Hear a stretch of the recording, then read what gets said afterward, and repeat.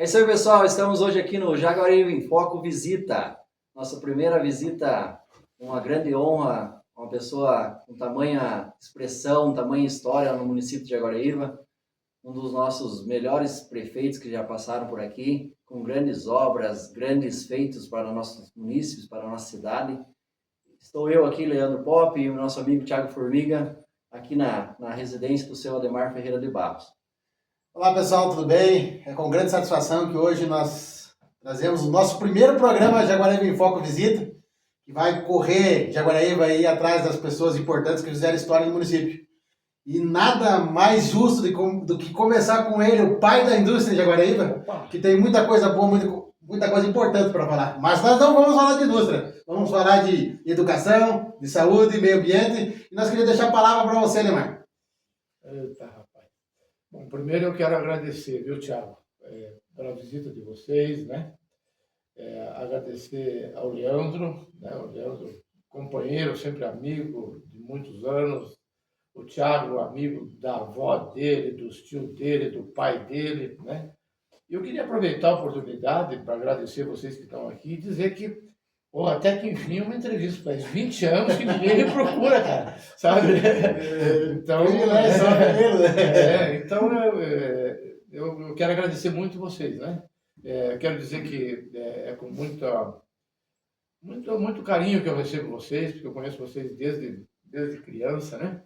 O Fernando, o Leandro, amigo político, me ajudou muito na minha trajetória política, e cada vez que ele ia no palanque, é a alegria que ele trazia no palco, né? E a gente vê que quando ele falava com alegria no coração, ele falava com sentimento, né?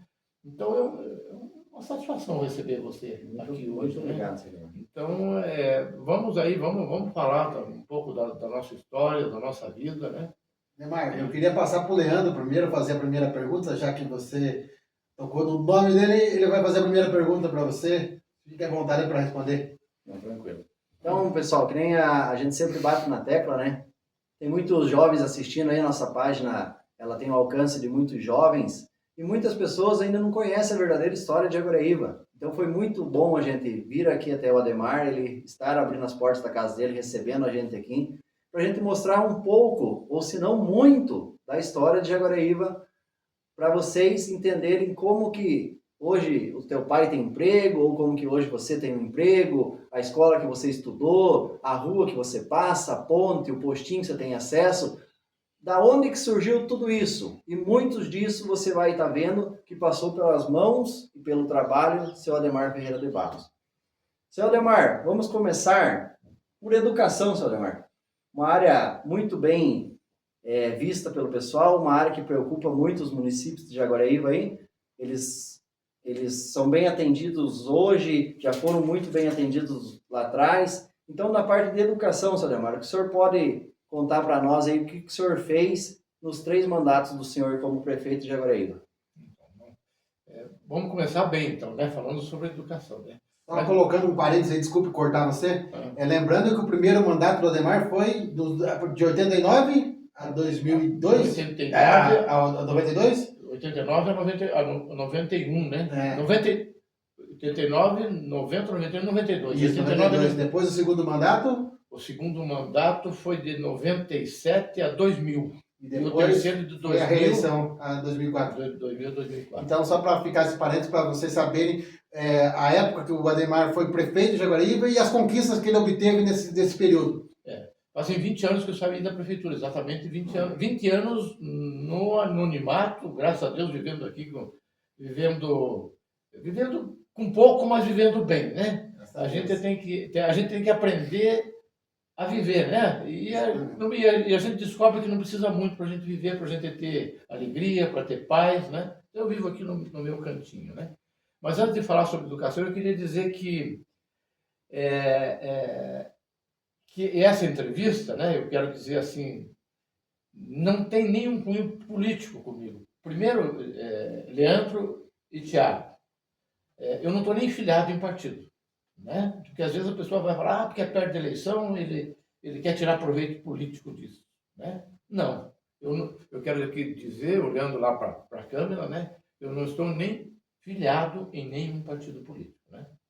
Então a gente pode fazer essa eleição aqui, né? E contar aquilo que... foi, né? E tudo que eu falar para vocês, eu tenho fotografia e documento. E até porque, para que as pessoas saibam, esse projeto meu e do Leandro já vem de muitos anos.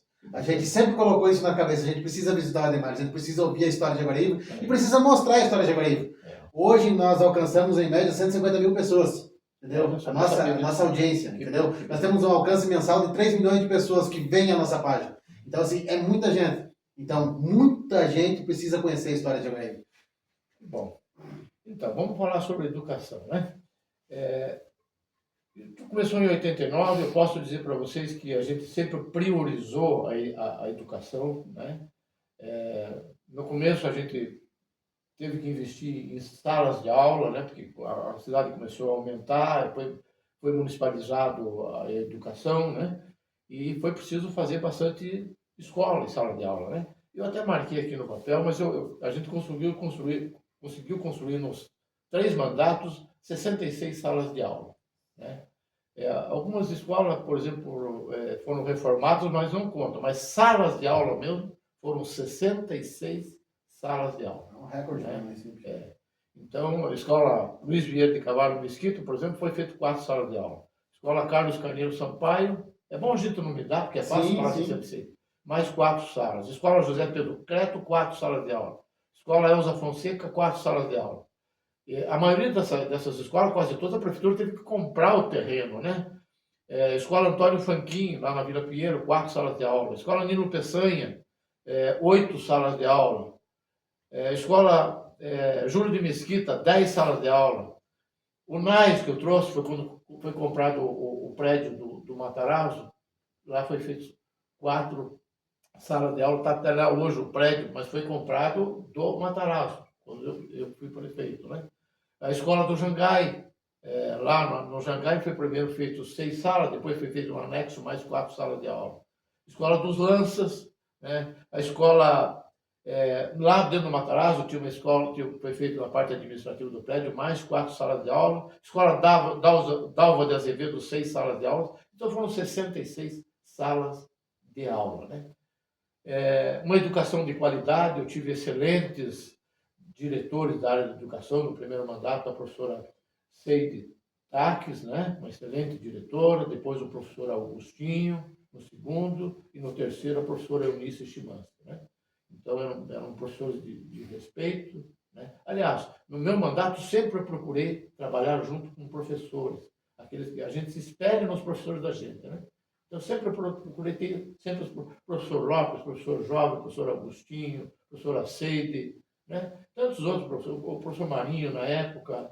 Então a gente sempre procurou se cercar de pessoas que a gente sabia que tinha condições. Pessoas também qualificadas, né? Porque todos eram professores, né? Já estavam na área de educação. Já estavam na área da educação, né? É importante. Então, o professor José Aques, né? Então foi assim, eu sempre procurei me cercar de pessoas boas, né?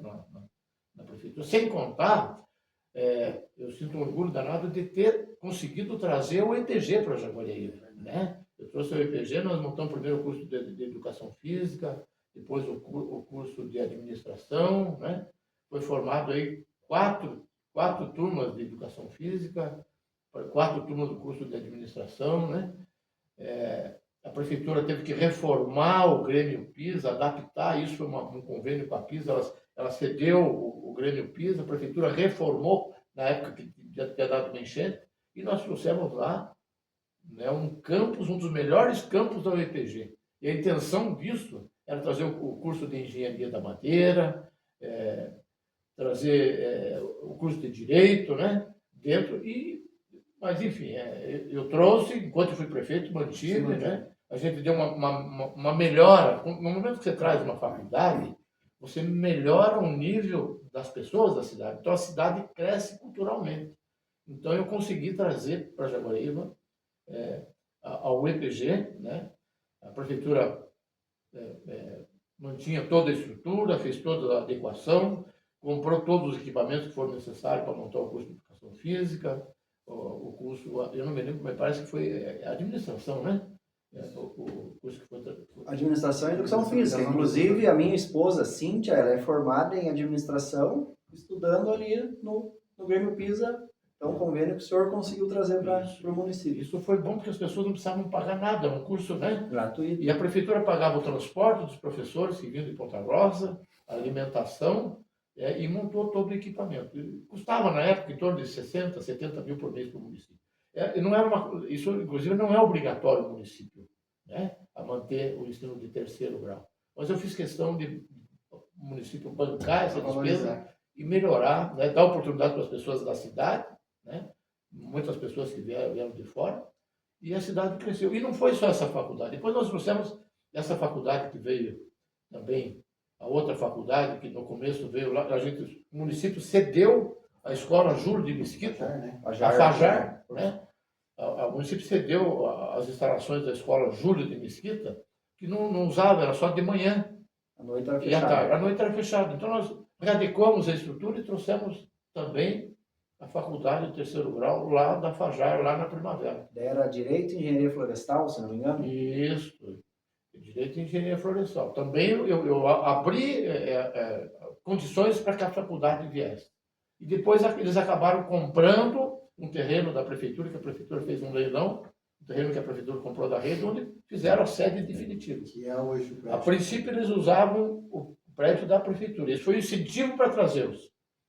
Aí no segundo momento eles edificaram, fizeram a construção dele. É assim que tem que ser. O município tem que ir atrás, tem que mostrar boa vontade.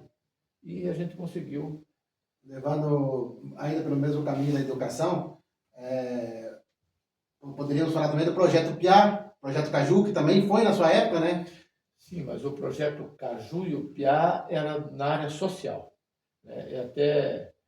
Atendia, os dois projetos atendiam 350 crianças. Para mim, foi o que de melhor aconteceu no município.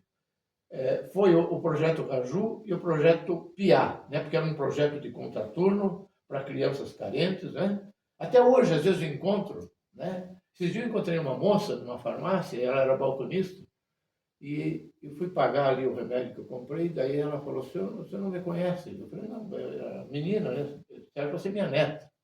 Aí ela falou, pois é, eu quero agradecer o senhor pelo projeto Caju e pelo projeto PIA. E ela, por quê? Porque se não fosse o projeto Caju e PIA, talvez eu tivesse morto, né? Eu tive problema, nós não tínhamos o que comer dentro de casa. E a gente sustentava do leite de soja, do leite de soja e do pão que era feito de soja, né? E a gente não esquece dos projetos de dança, música, arte, esporte, reforço escolar. E aquilo foi a menina dos olhos, e era a minha falecida esposa que tomava conta disso, né? Então, hoje a gente fala tanto em educação em período integral. A gente pode ver que o senhor, então, lá atrás, o senhor já tinha essa visão e já implementou e já fez 2 projetos que hoje muita gente ainda está tentando implantar nas escolas. Seria o contraturno ou o período integral. Então, lá atrás, o senhor já teve essa iniciativa e já fez rodar. Já. Para falar a verdade, quando eu vi falar em contraturno escolar, eu vi uma matéria do Leonel Brizola nos CIEPs lá do Rio de Janeiro, né? Quando eu vi aquilo, eu fiquei fascinado. E aí a gente montou o Caju e o PIA. E se tem uma coisa que eu assim, sinto de não ter realizado, é conseguido fazer a educação integral, sabe? Mas o município não dispunha no momento de recurso, porque tinha que aumentar o número de salas de aula, aumentar o espaço físico, né? Mas eu acho que o Brasil, de uma maneira geral, qualquer cidade, principalmente cidade do interior, vai mudar a concepção de Brasil no momento que for implantado o ensino integral em todas as escolas do Brasil, né? Eu acho que isso seria a melhor coisa que podia acontecer no Brasil. Eu não pude fazer isso por falta de recursos, né? Mas eu vi isso, o Leonel Brizola fazer o CIEP no Rio de Janeiro, e aí que a gente resolveu fazer o Caju e o PIA em Janeiro. Que funcionou da mesma forma, né? Isso. O senhor falou, pode não ter atendido todos os alunos, senhor, mas uma determinada classe o senhor conseguiu atender. Praticamente quase 8% da rede municipal. Na época tinha 3.500 alunos, a gente conseguiu atender 350 alunos. 10% da rede Você municipal. acabou tirando muita gente da rua, né? Muita gente na rua, às muita vezes gente podia estar envolvido com o crime, com a droga. Isso. E a criançada adorava isso, sabe? A professora, era a Tatinha e a Cirlei que cuidava disso e a Eliane lá em cima, lá no Primavera, né? Então foi escolhido a dedo as pessoas para cuidar do projeto, né? Eu vejo às vezes a professora Cirlei falar hoje, e me mostra fotografia, do que era o projeto PIA. Eu vejo a Eliane, né? Demar do céu, como aquilo era, né? Então, aquilo era a menina dos olhos, né? De tudo que aconteceu. Aconteceu muita coisa boa, viu, Tiago? Mas o caju e o piá foram duas coisas. Era o leite, eram 2.000 litros de leite por dia que era feito da vaca mecânica, né? E 3.500 pãozinhos. O pão era de uma qualidade boa, porque no pão, na massa... Eu lembro. Você lembra? Eu lembro. Você morava do lado. Morava do lado. Você morava do lado. Porque no pão ia... 100 metros. Isso. No pão ia a soja, que ia amassada. Então era um pão com muito mais proteína. Por isso que essa menina falou do pão, do leite, né? E o leite era mudado de sabor. Às vezes era morango, às vezes era coco, às vezes era abacaxi. Né? Quem viveu não esquece. Quem viveu não esquece. Você chegou a tomar o leitinho? Opa! Isso era muito bom. Demar, um outro assunto que eu queria abordar com você, que também Jaguaraíva sabe em partes a história, é a questão da municipalização do Hospital Carolina do Pion. Eu queria ouvir de você, na época, qual que eram os perrengues que você tinha, o que te levou a essa atitude, se você acha que estava na época tomando a iniciativa certa ou não. Eu queria que você contasse pra gente qual que foi, o que te levou a essa ação. Pois é, às vezes até hoje as pessoas não têm ideia, às vezes eles falam, poxa vida, mas para que o prefeito na época assumiu o Hospital Carolina do Pion, né? Eu assumi porque eu nasci em Jaguariaíva, né? Eu fui criado em Jaguariaíva, eu sabia dos problemas que havia no hospital. O hospital, ele chegou uma época, o hospital foi construído para ser regional, e foi por muitos anos um hospital regional. O Estado cuidava. O Estado cuidava, a responsabilidade do Estado, né? Tanto antes, Leandro, o Estado cuidava da saúde, o município não era responsável pela saúde. Tudo era o Estado. Tudo era o Estado, tanto os postos de saúde como o hospital, né? E daí veio a municipalização no Brasil, né? A municipalização na saúde, na educação, né? Mas ela veio aos poucos, né? E aqueles prefeitos que quiseram municipalizar, municipalizaram, aqueles que não quiseram, não municipalizaram. Eu fui um dos primeiros a municipalizar, porque eu sou municipalista. Eu gosto de... Eu acho que quando você assume uma responsabilidade perante o município, você tem que assumir inteira. Você tem que dedicar a tua vida naquilo ali, né? Você tem que esquecer de tudo, você tem que dizer, opa, o problema do seu João lá da Campina do Elias é meu, né? Você tem que viver o problema de cada município. E o hospital não ia bem. O hospital faltava médico, faltava remédio, chegava a faltar até comida, né? A reclamação era grande. E o Estado mandava uma parte de dinheiro, o governo federal, mas ele estava sendo pouco, ele estava numa situação terrível. É o que hoje os municípios reclamam hoje, quando é do Estado, até hoje reclamam, né? Do repasse de verba do governo do Estado, que é pouco para os municípios. Isso. Aí eu falei, não, eu sou prefeito dessa cidade, vamos pôr dinheiro da prefeitura, isso, só o dinheiro do Estado não é suficiente, vamos pôr um pouco do município. Podemos deixar de asfaltar uma rua, mas a saúde tem que ser de qualidade. A saúde é a principal. E eu municipalizei, trouxe o problema para mim. Eu não joguei do lado, eu não terceirizei para ninguém, né? Eu não falei, o cara está doido. Não, vai lá no Estado, o Estado que se vire. Não, vamos resolver. A pessoa mora em Jaguariúna, nós temos que resolver o problema dele. Então, eu tirei dinheiro de pavimentação, de qualquer outra coisa. Mas vamos cuidar da saúde. Então, o Estado continuou colocando dinheiro, o governo federal continuou colocando dinheiro, e o município começou a pôr dinheiro. E tinha o conselho do Dr. Santos, né? Você me falou até que ia fazer essa pergunta. Eu tenho aqui a cópia da municipalização, né? Foi municipalizado no ano de 92. Está aqui a fotografia do secretário da Saúde, né?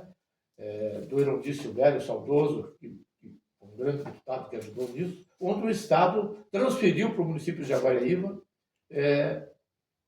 o Estado transferiu para o Poder Executivo o Hospital Carolina do Pion. Então a gente assumiu a responsabilidade e melhorou muito. Esse dia teve uma enfermeira aqui, ela já se aposentou, ela falou, mas eu sou testemunha do caos que estava o Estado e depois Quanto que melhorou? Quanto que a prefeitura melhorou depois que o município assumiu, né? A gente trouxe mais médicos, né? Eu me lembro que quando eu cheguei, o município tinha 23 médicos no município. Tinha cardiologista, 3 ortopedistas, enfim, tinha cirurgião, 2 cirurgiões, né? A ideia era resolver o problema no hospital. Não é simplesmente botar uma ambulância e mandar para, né? A gente queria, nós tínhamos médico bom aqui, era mandado para fora aquilo de urgência, que não tinha jeito, mas a ideia foi resolver os problemas da saúde aqui no município, né? Eu acho que a saúde melhorou muito, não me arrependo nem um minuto de ter municipalizado, né? Por quê? Porque o mais importante é a vida das pessoas, né? Eu até trouxe o Carolina Lupion, ele é o coração da saúde de Jaguaribe, né? Todo mundo fala que o Carolina, né? É a melhor estrutura que tem na região do hospital, na região inteira, é o Carolina Lupion, onde foi feito um hospital regional que ficou só para atender os municípios de Jaguaribe, né? O meu sonho era montar uma UTI, né? Mas na época a gente... Pra você ter uma ideia, quando eu deixei o município de ser prefeito em 2004, a arrecadação do mês de dezembro de 2004, ela foi R$ 1.820.000. O orçamento do ano deu 22 milhões para o ano, né? Para você ter uma ideia, o orçamento de 2004. Hoje, praticamente, o orçamento de um ano é quase um mês da arrecadação, né? Porque na época não tinha. A Braspaine arrecadava pouco, a Arauco não recebia imposto da Arauco ainda, não cheguei a receber nem um centavo da Arauco enquanto fui prefeito. Hoje ela é que mais contribui, né? A PISA, né? Então eu não tive condições de montar uma UTI, mas o que eu mais desejava era a UTI no Hospital. A estrutura tem. O equipamento, o governo do estado e o governo federal cedem gratuitamente. Então é manter a UTI. Quanto é que custa para o município para manter uma UTI? Em torno de 500, 600 mil por mês. O que é isso para o município que arrecada 16, 17 milhões? Então hoje já dá para pensar numa UTI sem falácia, sem, né? Na época do senhor tinha atendimento particular no hospital também e Unimed, como é que foi? Como é que funcionava isso, Ademar? Tinha. A Unimed foi a PISA, na época, me solicitou que me trouxesse a Unimed para Jaguariaíva, que ela ajudava e ajudou, né? E nós conseguimos trazer a Unimed e montamos um posto de atendimento dentro do hospital da Unimed, né? E para isso nós tivemos que dar uma reformada no hospital. A PISA foi parceira, porque foi ela que reivindicou e ajudou que a Unimed desse para Jaguaribe, a PISA, a Braspaine, né? E nós conseguimos trazer a Unimed e trazer dentro do hospital. Lá tinha, o funcionário da Unimed era a prefeitura que pagava, já era funcionário da prefeitura do hospital que tinha lá, né? Eles não pagavam aluguel, não pagavam funcionária.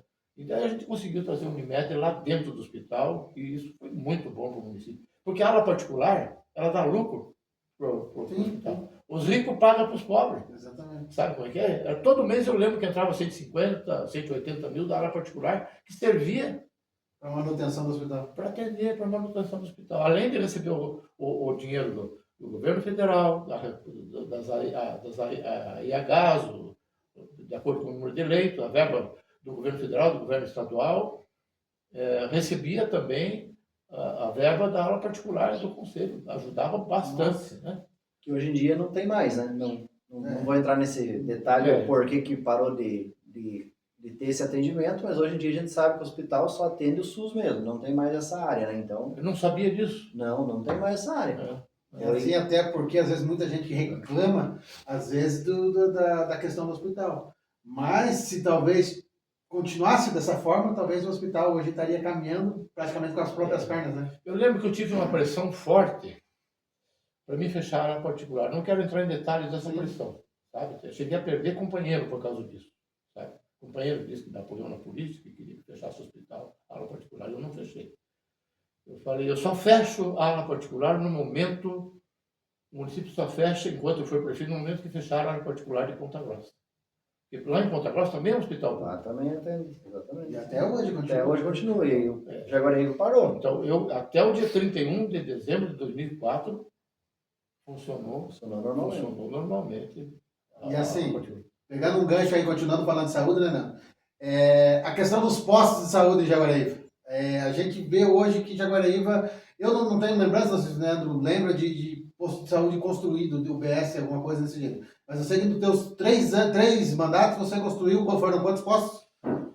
Veja bem, a minha concepção sobre atendimento de saúde, nos postos de saúde, era uma coisa bem humanitária, onde prevalecesse. Eu queria que isso já é o saúde da família, que já vem implantado, né, de muitos anos no Brasil, que está sendo implantado e que, infelizmente, parou por alguns anos. E eu acho que a melhor coisa para a saúde é você prevenir para a pessoa não ficar doente, né? Então, a minha ideia era fazer posto de saúde nos bairros e não a pessoa do bairro ir lá no centro. Era o médico ir lá no bairro.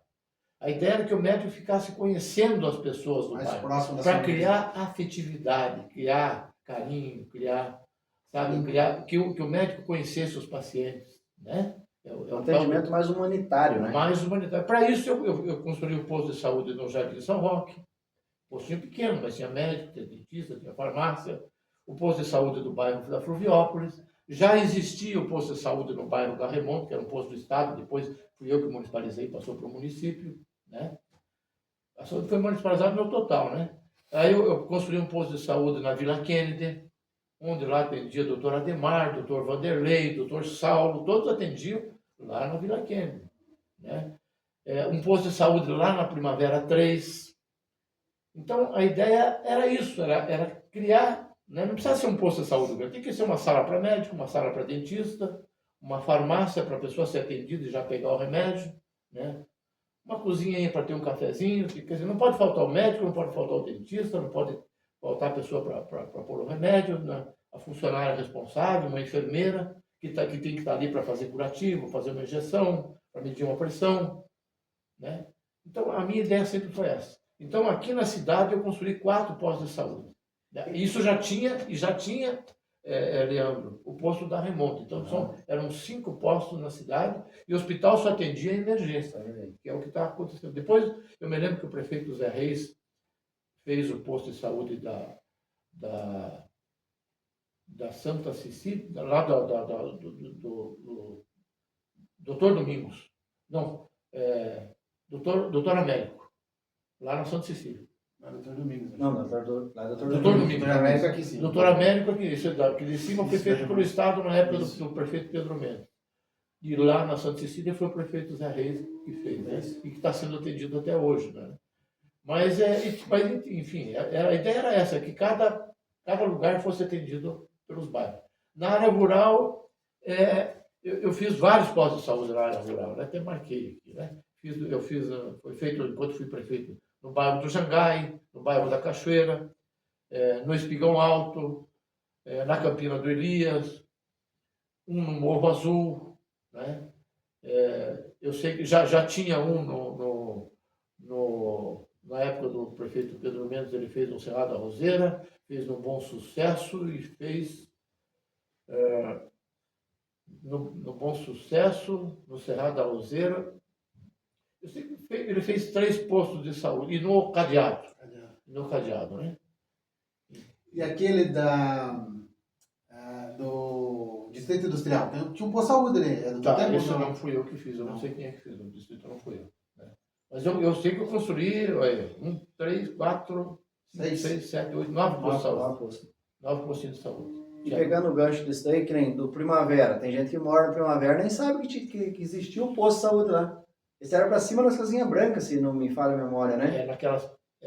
Eram as primeiras, foi as primeiras casas populares que eu fiz, foi 62, um número de 62 mais 33, 99 casas que foi feito antes das casinhas brancas, lá no fundo lá. Mais para cima, Mais né? para cima. Eu lembro onde era lá. Hoje já não existe mais, foi extinguido esse posto. Acho que o do Santa Cecília foi extinguido. Não, Vila Kennedy que você falou, né? Vila Kennedy. Também não existe mais, né? Foi o rei E Santa Cecília, ele foi... Hoje concentrou tudo ali, né? Concentrou tudo ali, exatamente. Hoje está tudo concentrado. E o posto central da avenida hoje, o posto do Dr. Hélio, né? Esse, eu comprei o terreno da rede, quando foi comprar o terreno da rede, aquelas casas ali eram o pernoite da rede. Então, aquele lugar ali, eu me lembro, e foi feito um posto de saúde para atender, eu tinha que fazer mesmo. Sim, precisava, né? Precisava. Na verdade funciona mais como um mini hospital ali, uma coisa assim, né? Mais, Isso, né? isso. Nós já falamos da educação, pulamos para a saúde e agora vamos para o esporte, Ademar. Esporte na era, nos mandatos Ademar Ferreira de Barros. Eu era criança, eu lembro, existia muito campeonato, muita coisa boa para a criançada jogar futebol, para os adultos também. Eu lembro da Copa Brasil 500 anos. 501, 502, né? né? Veio time de fora, veio time de Paraguai, da China, do Japão, veio gente do mundo inteiro jogar futebol em Jaguariúna. Então eu queria que o senhor contasse um pouquinho do que o senhor fazia pelo esporte de Jaguariúna naquela época que o senhor foi prefeito. Então, Leandro, eu nasci em Jaguariúna, eu nasci jogando bola nesses campinhos da cidade. Eu joguei bola descalço no campo do Caxias, né? Eu me lembro, sabe, Thiago, eu tenho um amigo que chama-se Ademir Nelson Marinho. Ele trabalha no BADEP. Eu posso dizer que, daqueles amigos da palma da mão, ele é um deles, né? Que bacana. Esse rapaz jogou no Atlético Paranaense. Olha só. E foi meu amigo, mas ele era tão amigo, a gente jogava bola no Caxias, que a gente jogava descalço. E de repente eu ganhei um conga da minha mãe, aqueles conguinhos que tem um bico de plástico na frente. E você veja o que é exemplo de amizade, né? Eu me lembro quando eu cheguei no campo, todos meus amigos, eu era o único que cheguei de conga, o resto estava todo mundo descalço. E o Adi, eu chamava, o nome dele era Ademir, mas eu chamava ele de Adi. Ele olhou para eu de conga, eu ranquei um dos pés do meu conguinho, dei o pé para ele, dei o pé esquerdo, e eu jogava com o direito, sabe? E eu lembro que eu cheguei lá no BADEP um dia, ele é professor de uma faculdade hoje, funcionário do BADEP, e ele falou assim, Ademar, conta a história do pé que eu falo que ninguém acredita. Se ele não era canhoteiro, teve que virar canhoteiro na época. Ele falou assim, eu virei destro porque o Ademar me deu um conguinho, e ele jogava com o pé, eu jogava com o outro. Né? E as pessoas pensam que é brincadeira e é verdade. Olha né? que legal. Então eu cresci jogando bola no Caxias, né? Tive o privilégio de jogar no Caxias, depois joguei no Ferroviário, tive a honra de jogar no clube do Matarazzo, né? Então joguei assim futebol em todos os times da cidade. Sempre gostei de futebol, né? Joguei no futebol de salão do Cera, fui artilheiro do campeonato de salão do Cera na terceira série do ginásio, né? Fui artilheiro, o professor Lopes, que organizava os torneios, né? Eu sempre gostei muito de esporte. Nadava na piscina, aprendi a nadar no cachoeirão ali no Jorge Partenar. Antigamente a gente chamava Matador, depois virou Jardim São Roque, né? Aprendi a nadar no cachoeirão, nadei naquela piscina do Matarazzo, eu tinha carteirinha, tenho até hoje a carteirinha né, da piscina do Matarazzo. Então a gente cresceu no meio do esporte, e por isso, né, o Caxias estava abandonado, eu fui presidente do Caxias, e a gente reformou o Caxias todinho, fizemos arquibancada, plantamos grama, sistema de drenagem, tudo aquilo que foi feito essa copinha que você falou lá, onde nós trouxemos Santos, Corinthians, Palmeiras, Grêmio Internacional, Curitiba, Atlético. É isso que você falou, veio um time da China uma vez, um convênio que tinha no Brasil, os paraguaizinhos, né? Eu lembro que dia de semana, você ia no Caxias, tinha 3.000 pessoas na semana para assistir esse jogo. Aquilo foi... Sem contar que valorizava o comércio local, né? Porque era hotel cheio, era lanchonete, era restaurante, o povo comia. Mexia com a cidade, aquilo era um mês, a cidade cheia, né? A minha idade ia nos hotéis, estava lá o... Foi lindo aquilo, não foi, Thiago? Foi muito bom. Você viveu aquilo, né? Nossa! Atlético Paranaense, né? E aquilo até foi a vitrine para mim trazer o Atlético para cá.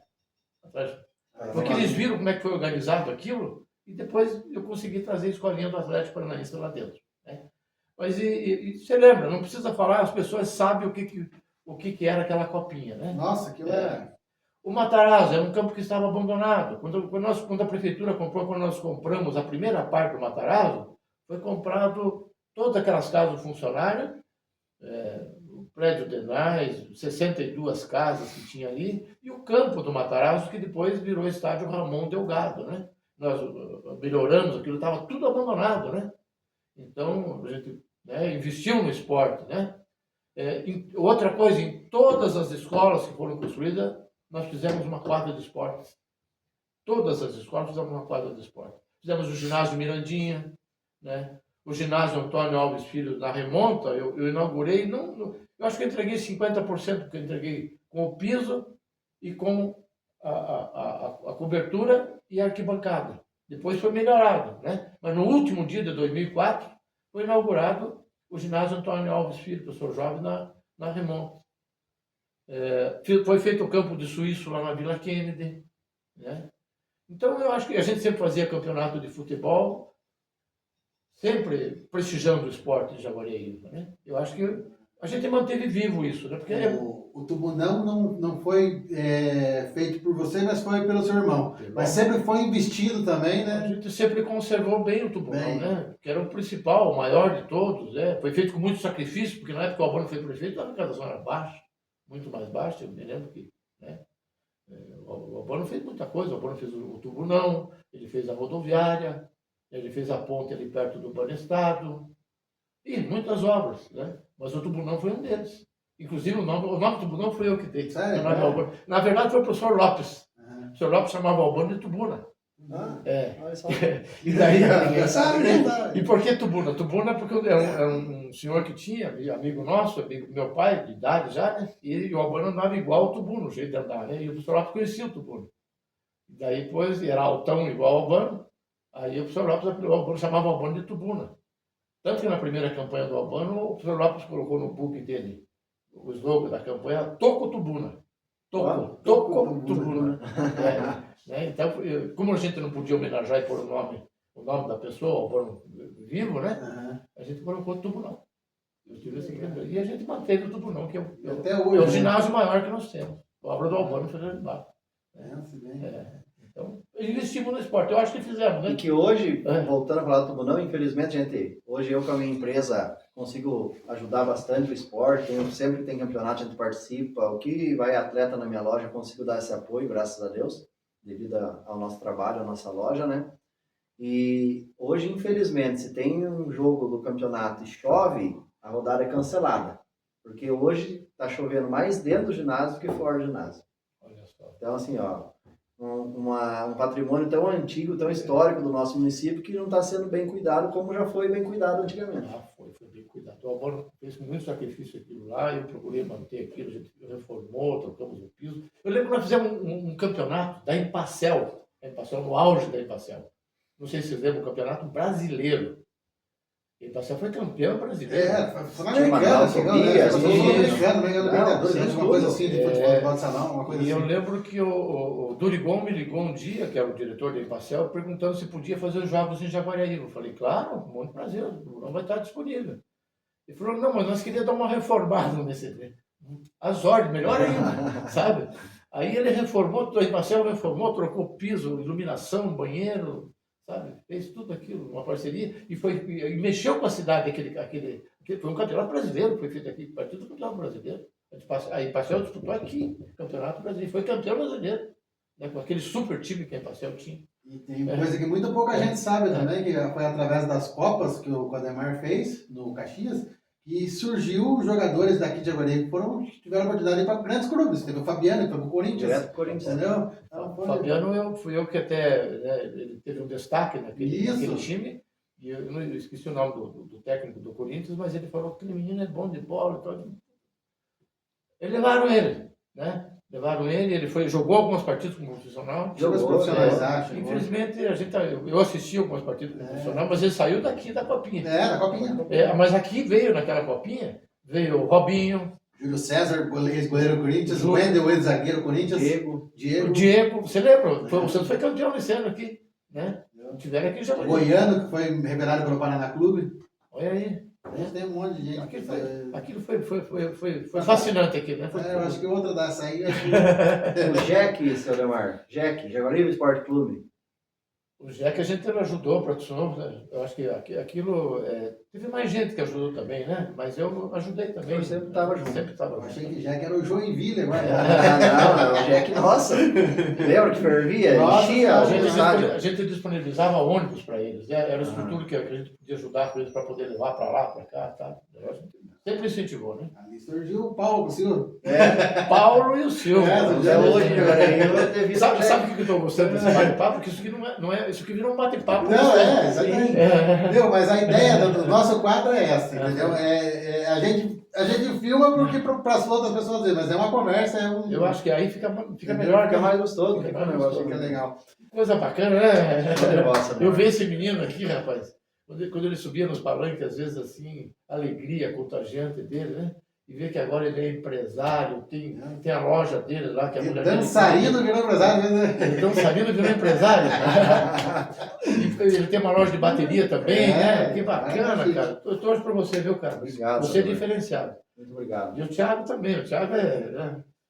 Olha, certo. Vai. Só que não era brigando quando era criança. Até hoje Até hoje, só uma confusão. Por uma causa disso.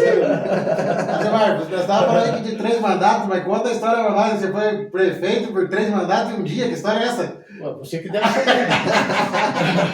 Você me fez lembrar isso. Você estava lá aquele dia? Tava. Então é verdade. É verdade. Não me contaram. É verdade. Então, eu sempre falo, às vezes, eu fui prefeito 3 mandatos, né? E um dia, né? O dia que foi conseguido, foi assinado o protocolo do benefício fiscal para Pisa e para Arauco. Eu já não era mais prefeito e fui procurado pelos diretores da Pisa para interceder junto com o governo do estado. Na época, o governador era Roberto Richo, eu não era mais prefeito, mas eles vieram aqui atrás de mim para mim, pela amizade que a gente tinha na época com o governador, com o deputado Alexandre Cury, com o Rossoni, todos eles ajudaram. Né? Eu levei os dois juntos. Tem que unir as forças. Né? Sim. E nós conseguimos, por mais que a lei de responsabilidade, o Beto, que era governador, ele falava que, como a lei de responsabilidade mudou em 2000, esse incentivo fiscal ele implicava como renúncia de receita para o Estado. Mas era uma coisa insignificante a nível de Estado. Né? E os técnicos da Secretaria da Fazenda não deram parecer contrário, que ele não podia mais conceder esse benefício. Né? E aí eu entrei, né, na jogada e eu acho que eu consegui amolecer o coração do Beto e ele contrariar o parecer do secretário da Fazenda e ele assinou, né, concedendo de novo. E graças a esse benefício, Thiago, que o Beto Richa deu, as pessoas têm que lembrar disso do Beto Richa. Graças a esse benefício, não fechou a Pisa naquele momento. Eu fui numa reunião da Secretaria da Fazenda, e estavam lá todos os diretores da Pisa, né? E daí o Raul, que era o secretário da Fazenda, disse: olha, nós não podemos ceder esse benefício, senão nós podemos comprometer o governador. Isso implica até numa cassação de mandato. Nós temos que proteger o governador, porque isso aí pode causar uma improbidade. Né? Não podemos. E aí ele falou assim: mas isso é muito significativo para a Pisa, é muito importante. E eu me lembro que o engenheiro da Pisa, na época, o diretor da Pisa aqui, estava lá o Afonso Noronha, que era consultor, né? E ele levou o Thomas, era um alemão, Thomas, não me lembro o seu nome, e daí o Thomas tomou a palavra e falou: olha, secretário, secretário da Fazenda, o Luiz Carlos Raul. O Raul falou assim: olha, o Thomas falou: eu posso dizer para o senhor, secretário, que se esse benefício não for concedido, a Pisa fecha as portas em 90 dias. Né? Então é coisa que as pessoas não sabem. Né? Eu tenho assinatura do protocolo, inclusive eu assinei como testemunha. Né? E o Beto foi firme. Depois a gente sensibilizou o Beto, né? Aí o secretário falou: não, mas mesmo assim nós não podemos. E aí aí naquela conversa, como nós estamos aqui com o Beto, a gente conseguiu fazer com que o Beto, né? E ele, aí uma história cumprida para falar, mas o Beto assinou e veio em Jaguariúna esse dia, em frente à Câmara. E daí ele veio, assinou o benefício que beneficiou a Pisa, a própria Arauco, né? Foram beneficiadas e graças a Deus a Pisa está aí. Mas o Beto Richa foi muito firme, né, com essa posição da Pisa. E eu me lembro que eu falei para o Beto bem assim: digo, Beto, seu pai viabilizou e inaugurou a Pisa. E você ficou conhecido como o homem que viabilizou a Pisa em Jaguariúna, né? O José Richa. E Beto Richa vai ficar famoso por fechar a Pisa no mandato do Beto Richa. Entendeu? Aí deu um choque de realidade. Né? Então, mas eu não posso, tem certas coisas que o coração tem que falar mais alto. Sim, com certeza. Sabe? Isso é tão insignificante para o Estado que eu duvido que alguém vá mover uma ação contra você. E ele veio aqui, funcionou, e graças ao Beto Richa, e aquele dia que... E daí, nesse dia, fui eu que assinei como como a testemunha oculta lá e fiz um discurso aí. Então, E nessa questão aí, né, você contou para nós que foi prefeito por um dia, mas não contou pra gente como que fez essa entrada política, né? Porque parece que em 1982 teve uma premiação e você foi escolhido aí o... Tudo começa de um jeito, né? Eu comecei aqui, ó. Isso foi em 14 de outubro de 82, eu recebi um prêmio como agricultor de Prêmio Produtividade Rural do ano de 82 do Brasil, recebido pelo Ministério da Agricultura e do INCRA, né? Por uma produtividade de feijão, né? Maior produtividade de feijão por hectare, por alqueire do Brasil, né? E com isso eu fui premiado e daí veio a televisão fazer entrevista. Isso foi em 82. Você não tinha nascido? Não, nem você. Não, mentira. Só de 99? Então, e aí eu me lembro que vários canais de televisão vieram entrevistar, rádios, jornais, né? E isso começou a tomar uma conotação política por isso, né? E daí logo em seguida, mais tarde, agricultura, a gente revolucionando o jeito de plantar, né? Introduzindo método diferente. Por que eu ganhei esse prêmio de produtividade? Porque eu fui a primeira pessoa a introduzir a irrigação no município. Então toda essa área foi irrigada, com assistência da cooperativa de Araputi, né?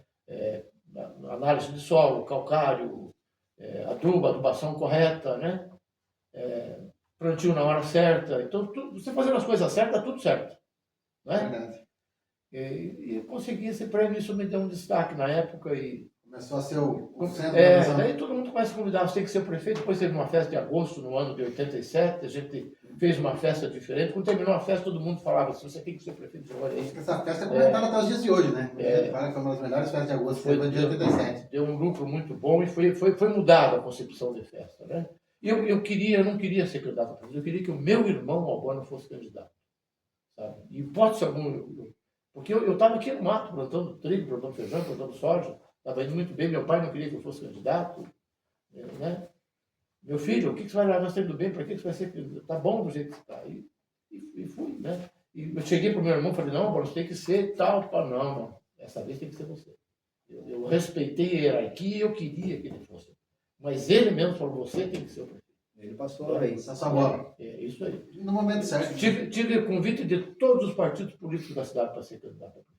Todos na época tinha 6 ou 7 partidos, todos me convidaram. Inclusive o prefeito na época, o Pedro Mendes, me convidou para ser o candidato a prefeito dele. Todos me convidaram para ser prefeito. Você se elegeu pelo... Na época, PFL. PFL, que hoje eu tenho. Hoje eu tenho. Hoje eu tenho. Bastante mudança. Eu fui candidato com 31 anos. 30 para 31. Né? Já teve prefeito Rapaz, mais jovem aqui? Já teve o seu Silas Gerson Soares, foi o prefeito mais jovem, né? Ele foi um prefeito inovador, Silas foi um bom prefeito. Então, essa história de dizer que Jaguariúna começou, não existia Jaguariúna antes, é conversa. Jaguariúna é feito pelo serviço de vários prefeitos. Né? Eu me lembro do seu Dudu, foi um prefeito muito bom que teve na cidade, seu Aldo Ribas, Silas, seu Mário, Dr. João. É que esses pegaram tipo o mato fechado, né? Ele teve que abrir picada com os outros, né? O Então, Albano trouxe a Pisa não ia para jornalista se não fosse o Albano. O Albano brigou com o maior amigo dele para trazer a Pisa para Jaguariúna. Foi um esforço danado. Né? A Pisa estava... Aqui em Jaguariúna tinha gente que não queria a Pisa, tinha gente que achava que ia só poluir. Né? O Albano peitou, a Pisa está aqui por causa do Albano. A Pisa por longos anos foi o que movia a economia em Jaguariúna, né? A Pisa chegou a empregar 1.500 funcionários diretos. Imagina. Né? Ela pode não pagar muito imposto, porque o papel jornal é isento por ser o jornal incentivo à leitura, ela não paga muito imposto. Mas que gera emprego? Mas ela paga o imposto sobre a energia e gera muito emprego, que gera renda para o município. Renda para o município no comércio. Né? Então a Pisa foi a pioneira, a Pisa foi a primeira. Né? Eu falo sempre assim, sabe, Tiago? Jaguariúna teve 3 ou 4 fases. A primeira fase é do tropeirismo. Né? Quando caminho do Viamão, né? Que vieram as primeiras fazendas, Coronel Luciano, aquela história das 500 novilhas, que foi lá para o Rio de Janeiro, 1823. Né? A época do tropeirismo, eu digo que foi até o ano 1900. No ano 1800, 1750, 1800 a 1900, o tropeirismo de Jaguariaíva. Cidade Alta.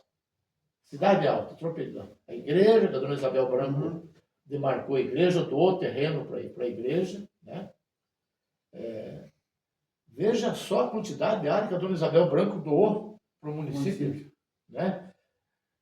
Ela pega vamos pegar a história você pega do Rio Jaguariaíva, subindo, sobe até aquele córrego do Lagoão.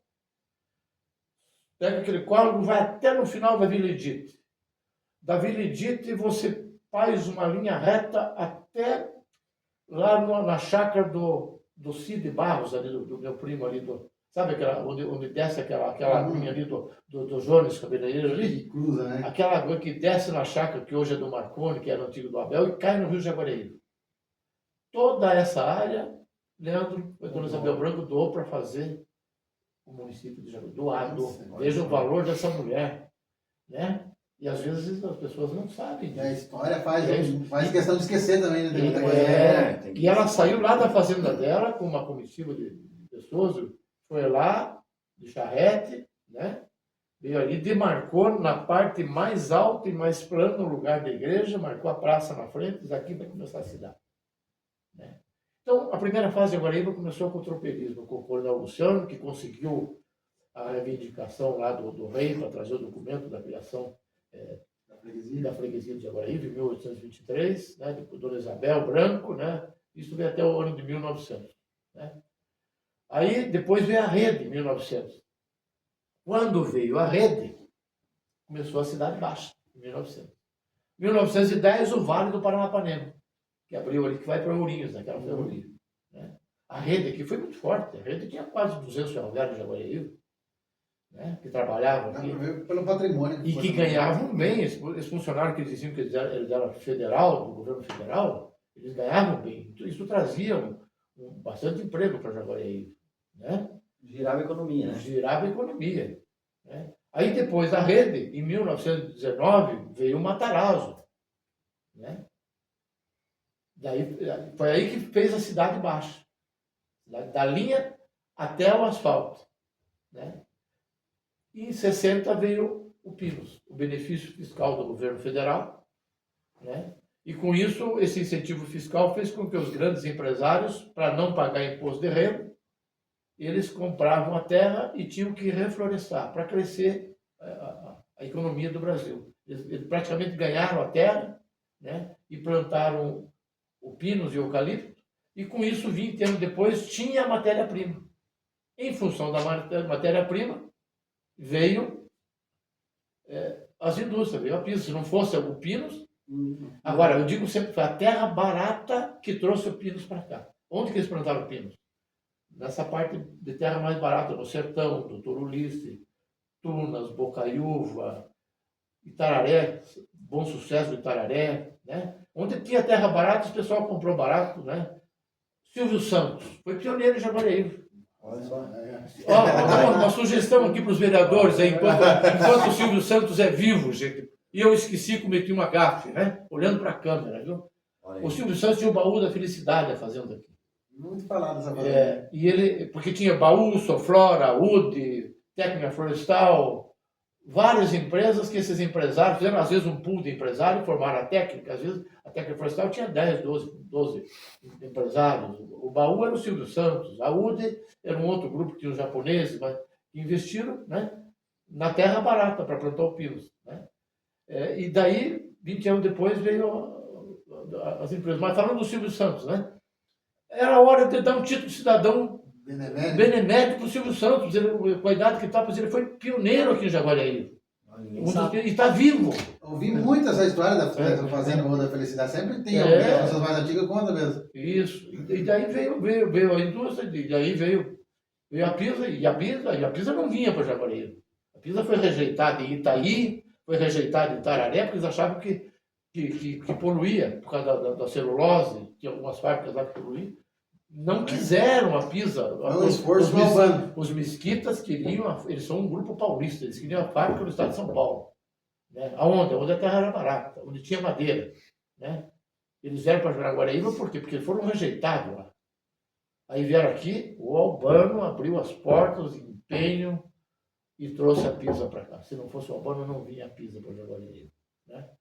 Então, essa é a fase de Jaguariúna, né? A fase do tropeirismo, é a fase da rede, é a fase do Matarazzo, é a fase Nós estamos vivendo agora a época, porque hoje a economia do município, quer com que a maior fonte de renda hoje de Jaguariúna vem da madeira. É a maior fonte de renda e a maior fonte de emprego, né? É as fábricas. Onde tem fábrica, tem progresso, né? Tem emprego, tem dinheiro para o povo gastar, né? Às vezes eu vejo nos pontos de ônibus, às vezes a gente vai cedo para as cidades, você passa pelos pontos de ônibus e você vê todo mundo com seu uniforme, com seu crachazinho, uns indo para Braspaine, outros indo para Arauco, outros indo para Pisa, outros descendo ali para ir para o distrito madeireiro, todo mundo trabalhando, né? Pô, isso é a melhor coisa do mundo, você vê todo mundo trabalhando. Eu digo, olha que coisa boa, como mudou. Eu lembro, por exemplo, da minha época, coitado daquele povo, era difícil. O pessoal subindo, eu, inclusive, eu posso falar que eu, né? 2 caminhões meu trazia pessoal, eu não gosto nem de falar as palavras boia fria, mas é isso que era. Trazia, às vezes, 100 pessoas, 150 pessoas por dia, com enxada, cada um com a sua marmita, comendo comida fria, né? Eu ainda dava um leite, eu procurava, né? Mas era assim, mas era com todo mundo, né? Isso, vinha caminhão de lá de Araputi, buscar a gente aqui do Silvio Possato, dos holandeses. A fonte de emprego era isso. Jaguariúna tinha 15 mil habitantes, né?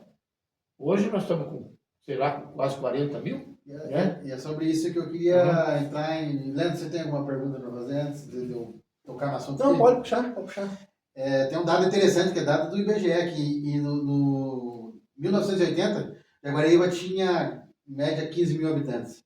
Depois, em 2002, quando você já teve à frente da prefeitura, Jaguariúna tinha atingido a média de 32 mil habitantes. 33. 2002, 32 mil e pouco, né? 32 mil e pouco. Foi um crescimento médio de 22 anos, Jaguariúna cresceu mais de 100%. E esse crescimento de Jaguariúna, ele foi ainda maior que Londrina, maior que Ponta Grossa e maior que o índice nacional. Então, isso bate naquilo que você falou, que é a questão da industrialização, né? Industrialização. Isso foi reflexo da Pisa, do Distrito Madeireiro, da Braspaine, da Arauco, né, do prédio do condomínio Matarazzo, que por mais que fechou o Matarazzo, a gente conseguiu pôr lá uns 500 empregos lá dentro, né? Então, isso foi reflexo da indústria. Nós conseguimos, o Albano e eu, dobrar o número de habitantes de Jaguariúna. Puxando, então, da parte da... E a arrecadação, Leandro. A arrecadação, então, aumentou violentamente. Puxando da parte da industrialização, que nós estamos aqui com o pai da industrialização em Jaguariúna, um homem que revolucionou a questão de emprego e renda aqui no nosso município. Ademar, a gente fica até difícil por onde que a gente começa. A gente até deixa a carta branca para o senhor falar, porque nós tivemos aí Placas do Paraná, que agora é Arauco, Braspaine, Distrito Madeireiro, o condomínio Matarazzo que o senhor adquiriu, enfim. A Picarbras que veio na gestão dele. Tantas indústrias que se instalaram no nosso município, tanto incentivo fiscal, tanta coisa que o senhor proporcionou, para que hoje a gente vê uma arrecadação aí de 15 a 20 milhões por mês no nosso município, que tem muito dessa sementinha que o senhor plantou há 20 anos atrás, um pouquinho mais até, para hoje o pessoal está fazendo essa colheita. Então, queria que o senhor explicasse para nós a parte da industrialização e tudo que o senhor conseguiu construir nos mandatos que o senhor esteve à frente da prefeitura. Bom, Leandro, eu só queria dizer assim que eu acho que o pai da industrialização foi o Albano, né? Foi o meu irmão. Foi ele que começou com a Pisa. E eu peguei a toalha dele, né? Eu aprendi com ele. Tem que trazer indústria, né? E daí a gente viabilizou a Braspaine, ajudou a Braspaine, a Arauco, prédio do Matarazzo, Bricabras, Vilk, Ipamate, que Porto de Janeiro, que infelizmente fechou, Bricabras. Mas eu sempre digo uma coisa, para você trazer uma indústria para Jaguariúna, para você poder trazer uma indústria, tem alguns requisitos, né? Primeiro, se for indústria de transformação, tem que ter matéria-prima. Né? Segundo, aliás, o primeiro é a vontade do empresário. Vontade e credibilidade. Porque se é um empreendimento grande, ele tem que ter credibilidade e respaldo financeiro. Tem que ter uma carta de prédio, tem que ter um patrimônio para poder... Banco nenhum empresta dinheiro para ninguém. Se não tiver garantia. Se não tiver garantia. Isso serve para qualquer um de nós aqui. Se você for emprestar um dinheiro para comprar um carro, se você não tiver uma garantia, ele não te dá. Né? E o empresário é mais do que isso. Né? Tem que ser uma garantia bem sólida. Né? Então tem que ter o sonho e a vontade do empresário. Se a indústria de prestação de serviço, às vezes é a logística, né? Mas indústria de transformação é a matéria-prima. Né? E terceiro, o quarto requisito, é o prefeito. Né? O prefeito, ele tem que, como dizia um professor meu de história, que foi prefeito da Dr. João, para você saber das coisas, você tem que estar bem informado. Você tem, naquela época não tinha internet, ele falou, você tem que ler jornal. Sabe? Ele ia mais longe, ele falava, jornal daquele que tinha lá na boteca do Rodrigo, que ele enrolava a banana. O Dr. João falava isso na sala de aula. O Dr. João era um enciclopédia, um homem muito inteligente. E ele dizia que tem que ler. E hoje na prefeitura é isso, você tem que estar bem informado, tem que estar acompanhando na internet. Você tem o mundo na tua mão hoje, na internet. Porque o empresário, às vezes, ele pode vir lá do Canadá, lá do Japão, lá da China. Né? Então você tem que estar conectado, tem que estar informado. O prefeito, a pessoa que ele deixa determinada tem que estar com o computador na frente. Né? O empresário, você tem que ir descobrir ele, você tem que ir atrás dele, você tem que mostrar que ele vai ser bem-vindo, bem recebido, tem que receber ele com um tapete vermelho. Né? Você tem que conceder benefício fiscal.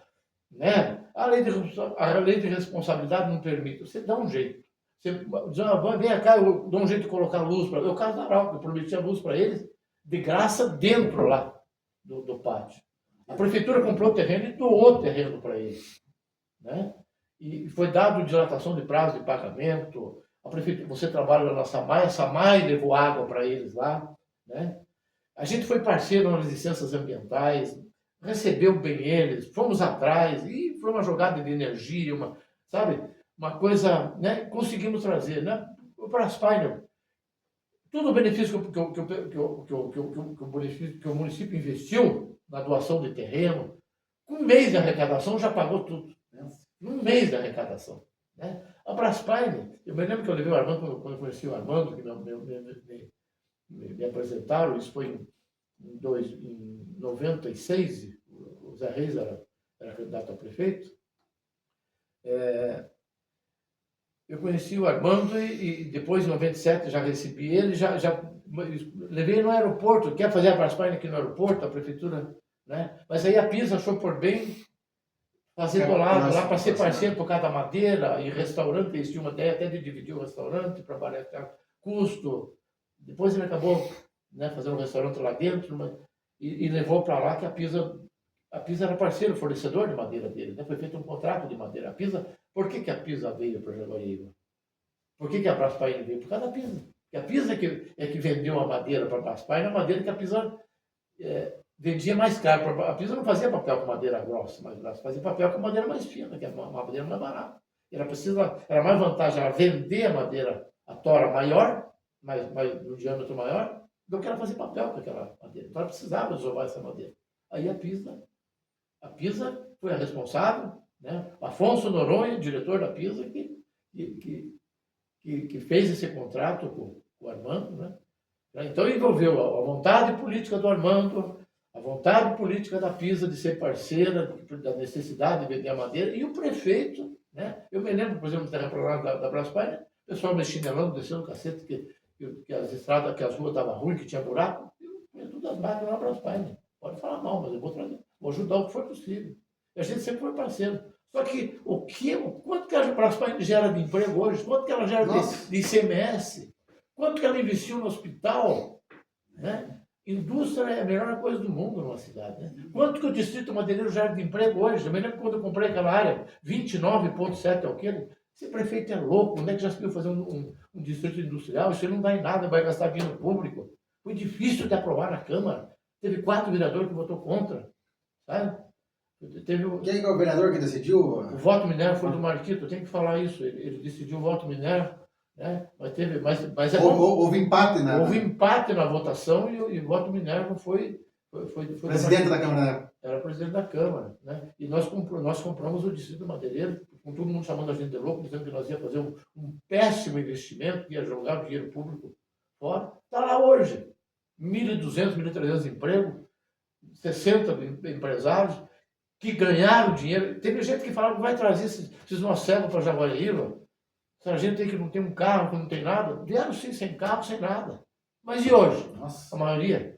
Ah, porque teve uns que comprou, que vendeu, que quebrou. Não interessa, ele vendeu e quebrou, mas ele vendeu para outro. A roda vira do mesmo jeito.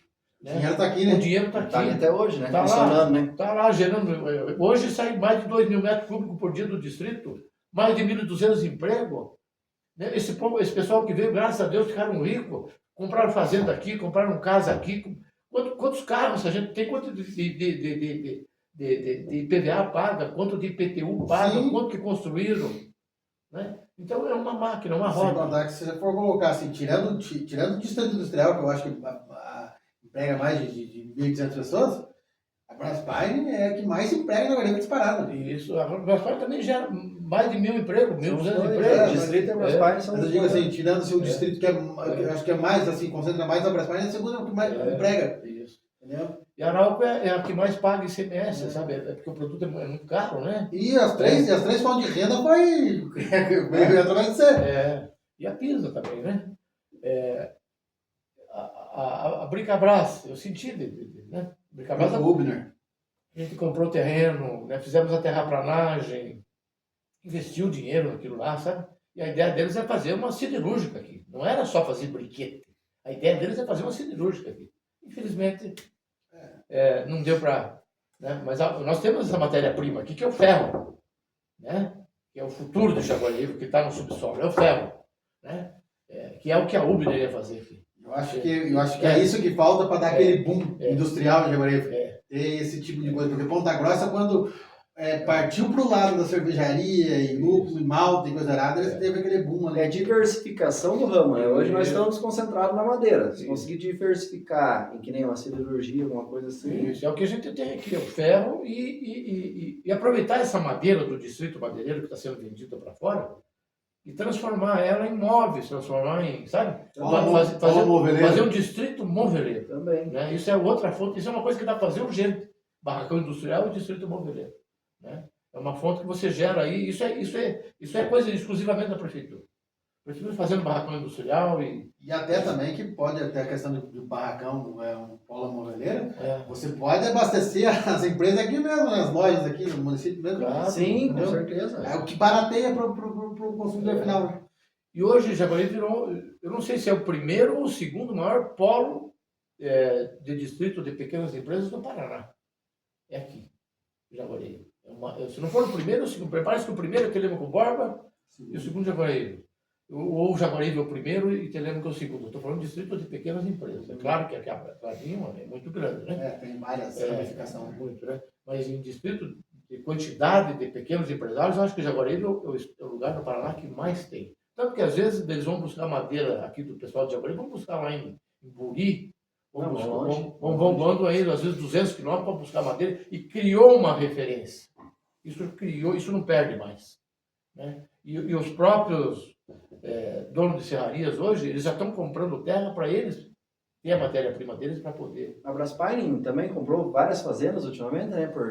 Justamente para não ter falta de madeira. Porque ficou essa briga aí, Arauco vende para Cabim, não vende para Cabim, acho que acabou vendendo, né? Acho que a Cabim agora assumiu todo o mato aí.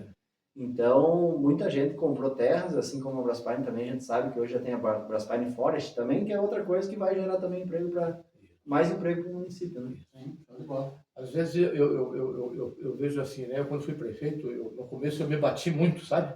Eu digo, meu Deus, como é que a gente vai fazer para gerar emprego? Porque todo mundo ia na prefeitura e queria emprego. E eu nasci aqui, todo mundo me conhecia, Ademar, ninguém me chama de seu Ademar, ninguém me chama de... Né? Ô Ademar, puta, me arruma um emprego aí, cara. Eu estou desempregado, isso era o dia, a madrasta tinha fechado. Aquilo eu ficava sem dormir, porque o dia inteiro era 30, 40 pessoas pedindo, como é que eu vou fazer para gerar emprego? E aí que veio a ideia do Distrito Madeireiro. Eu olhei uma fotografia aérea e digo, é aqui que nós vamos fazer. E fizemos o Distrito Madeirense. Mas eu tinha na minha cabeça uma conta. Né? Jaguaraíva tinha, na época, 20 mil habitantes, quando eu entrei no município, era 22 mil habitantes. Né? 21 e pouquinho. Nascia por ano uma média de 600, 700 crianças. Ou seja, tinha 600 a 700 adolescentes que apareciam todo ano para o mercado de trabalho. E eu pensava, como é que eu vou fazer de uma forma que possa empregar esses adolescentes que apareceram para o mercado de trabalho? Né? Essa era a minha principal preocupação, era segurar os filhos da terra, os filhos da cidade, na cidade, para eles não saírem.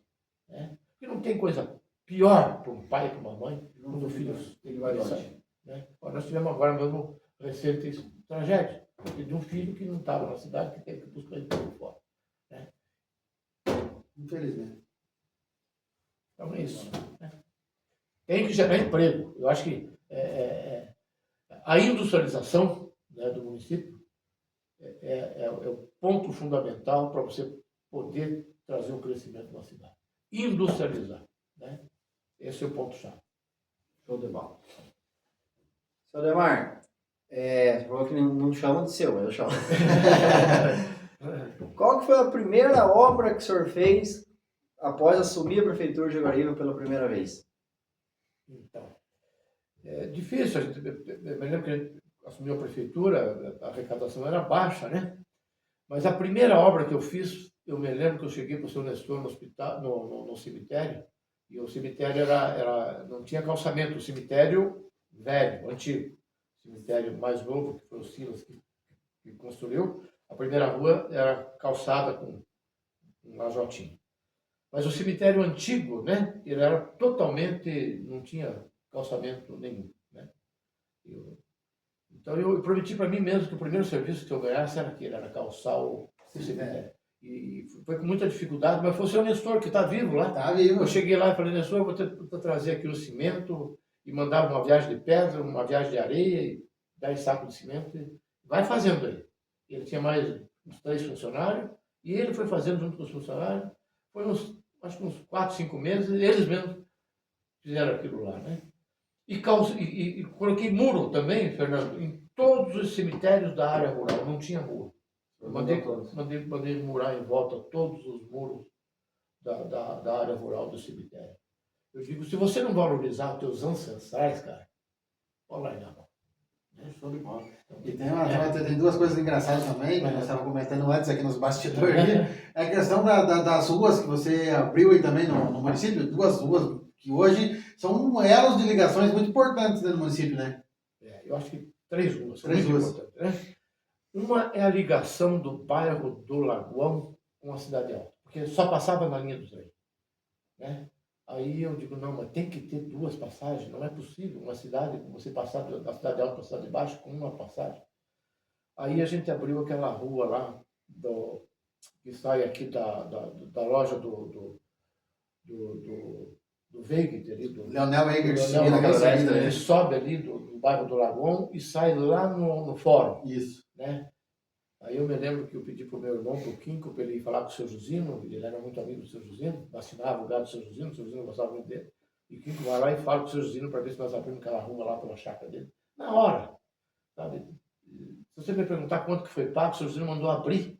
E ele tinha uns IPTUzinhos lá, a gente acertou e a prefeitura não pagou nada e nós abrimos aquela rua lá. No fio do bigode. No fio do bigode. O seu Josino, que foi prefeito, um grande prefeito, foi um dos precursores também, um bom prefeito, o seu Josino Vargas foi prefeito, foi delegado, né? Ele mandou abrir aquela rua assim, sem conversa, sem burocracia. E eu me lembro que o Kiko foi lá, abriu uma picada, marcou as máquinas da prefeitura, foi lá e abriu aquela rua. Essa foi uma rua muito importante. Pense em Jaguaraíva se é aquela rua hoje. Não tem lógica, né? Pense em Jaguaraíva hoje com a avenida do jeito que era, de uma mão só, que você, aquele trecho da ponte ali até aquela primeira passarela ali, era uma unha encravada aquilo ali, viu, Thiago?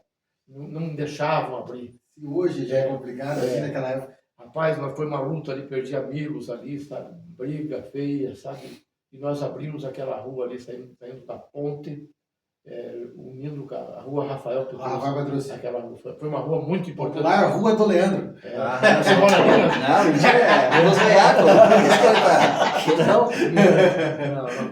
Não é isso. Tem muita gente boa. Não, Né? é que o... Fala assim, o Costinho vai ter que pegar no O pé. Marcinho é meu amigo. Na rua que desvia do centro, né? Porque antigamente, quando abriu ali, não tinha nada de Não, comércio, que né? diz que o comércio era na avenida, né? É o cara, quando cada dia na avenida, ele é por trás, né? Agora não, agora tem comércio. Né? Você vai ver com o Costinho. O Marcinho é meu amigo, mano. Costinha, pega o Thiago lá, dá um... Coxinha, se eu não fosse candidato na passada, eu ia votar nele, né? Meu brother. Então, aquela rua foi essencial, sabe? Outra rua essencial. Aquela rua que liga a antiga Vila Pinheiro, logo que você passa a linha do trem e entra na Santa Cecília. Ali passa pelo Jaguar, Material de Construção, aquela do automóvel. Aqui na prefeitura teve que comprar o terreno do falecido Renato Satiro, que Deus o tenha num bom lugar esse homem, né? Compramos aquele terreno dele, sem problema, ele vendeu para a prefeitura para poder abrir aquela passagem. Imagine você hoje, Jaguareí, você aquela passagem. Dá a volta pela rodovia. Se ali já está difícil com aquela passagem, imagine sem ela. Ali já passou da hora de fazer um viaduto. Né? Então, um sinaleiro tem que pôr alguma coisa, tem que pôr ali, porque não é possível, sabe? Aquilo é um perigo da área. Tá complicado. Pelo que a gente ficou sabendo, a empresa que ganhou a concessão Ela tem que fazer. do pedágio, ela tem do terceiro ao sétimo ano, vão construir, porque vai duplicar ainda. Vai ter que fazer a duplicação, ele já faz os acessos. É uma obrigatoriedade. Está no contrato, né? No novo contrato. Isso. Mas então, essas três ruas foram assim, essenciais. Outra rua essencial ali da Fajar, né, que a prefeitura comprou o terreno da rede. Aliás, tudo que era da rede de Jaguareí, tudo que era da rede ferroviária, a história de Jaguareí, a prefeitura comprou. Eu comprei com o prefeito. Tudo. O prédio da rede estava incendiando, estava pegando fogo, tenho fotografia. Eu me lembro que eu fui com o Márcio uma vez lá, com o Zé Carlos, estava pegando fogo, nós apagamos o fogo e outras coisas que tinham lá dentro, né? E daí eu digo, não, isso aqui a prefeitura vai ter que fazer um comodato com a rede, e nós conseguimos, eles não queriam vender aquele prédio, não queriam ceder para a prefeitura, e foi uma pressão danada, conseguimos fazer um comodato com aquilo lá, né? E hoje está lá o prédio preservado, o prédio da rede ferroviária. Mas tudo que era da rede a gente conseguiu, porque isso é a história do município. Tudo que era do Matarazzo, da Cianê, eu também, quando fui prefeito, fiz questão de comprar, né? Podia ter asfaltado a cidade inteira com o dinheiro que foi comprado no prédio do Matarazzo. Eu fiz essa opção. E mesmo assim você asfaltou muita coisa, né? Muita coisa. Foi feito muito asfalto, né? Foi feito quase 292 mil metros quadrados de pavimentação asfalto. Quase 100 mil com lajota sexta-vara. A gente tinha fábrica de lajota, meio-fio e manilhas, né? E nesse meio tempo foram quantas casas construídas aí entre os condomínios Limeira, Laranjeira, Jardim Vitória. Foi feito na Remonta, no Lagoão, aquelas casas. Todas as casas que você não pagava mais do que 10% do salário mínimo dele. As casas que eu construí nunca foi pago mais que 10% do salário mínimo. Foram quase 600 casas desses projetos e 500 casas sem cobrar um centavo de ninguém. E tinha a questão do IPTU também, né? Que tinha uma lei também. Uma isenção do IPTU. Foi feita uma lei no ano de 90, onde foi isentado quase 3 mil famílias, onde casas até 60 metros quadrados, naquele tempo o povo fazia casa menor, a renda era maior na cidade, né? Foi no primeiro mandato de prefeito, casas até 60 metros quadrados não pagavam o IPTU, desde que a pessoa tivesse um imóvel só, e que a renda familiar fosse menor que 3 salários mínimos. Essa lei beneficiou 3 mil pessoas. Agora eu quero te falar da lei mais importante também, né? Isso foi no primeiro mandato. Isso foi uma das... Você me perguntou do primeiro serviço, eu quero falar da primeira lei, que eu achei muito importante. Eu me lembro que foi ajuizado muita dívida que o pessoal tinha no fórum. Dívida ativa. Primeira coisa que eu entrei já no primeiro mês. A gente fez uma lei, a Câmara aprovou, onde foi retirado essas coisas do fórum, foi retirado todo o juro, correção monetária e qualquer despesa judicial, né? De juro e correção monetária e multa de toda essa dívida. A pessoa podia pagar o valor, dívida lá de 4 anos, 5 anos, sabe, que já estava pendente, foi isentado e as pessoas pagaram por um preço baratinho. Isso aí. Todo mundo pagou, não ficou ninguém sem pagar. Quando foi isentado juro, multa e correção monetária e taxa de fora. Todo mundo pagou as dívidas que tinha. Entrou um bom dinheiro para a prefeitura no começo. Beneficiou mais de 5 mil pessoas na época e todo mundo pagou as dívidas. Olha só, interessante. Então, isso aí para mim foi uma coisa muito importante, sabe? E entrou um bom dinheiro para a prefeitura. Então, o senhor livrou os juros Juro, e, multa assim, e correção monetária. e para frente disso, pessoas que chegavam atrasadas, o senhor chegou a executar alguém ou não? Nunca executei ninguém enquanto fui prefeito. Nunca tive nenhuma execução. Nunca executei ninguém. Não precisou, graças a Deus. E nunca deixei de deixar um atendimento médico para uma pessoa quando me procurava uma maior dificuldade. Que é uma receita médica que às vezes não tinha no posto de saúde, ou um atendimento para levar para fora um médico, ou uma urna mortuária. Nunca, graças a Deus. Graças a Deus. Nunca ninguém. Sempre atendeu bem a população. É o atendimento humanitário, né? Humanitário. A gente tinha tocado num assunto ali antes, até que era a questão do saneamento. Essa pergunta eu queria fazer. Saneamento você trabalha lá Isso. dentro. Hoje a gente tem acompanhado que Jaguaraíva ela cresceu, certo? Mas a demanda do nosso produto, que é a água, hoje não tem chegado até as torneiras, às vezes, em muitas das ocasiões.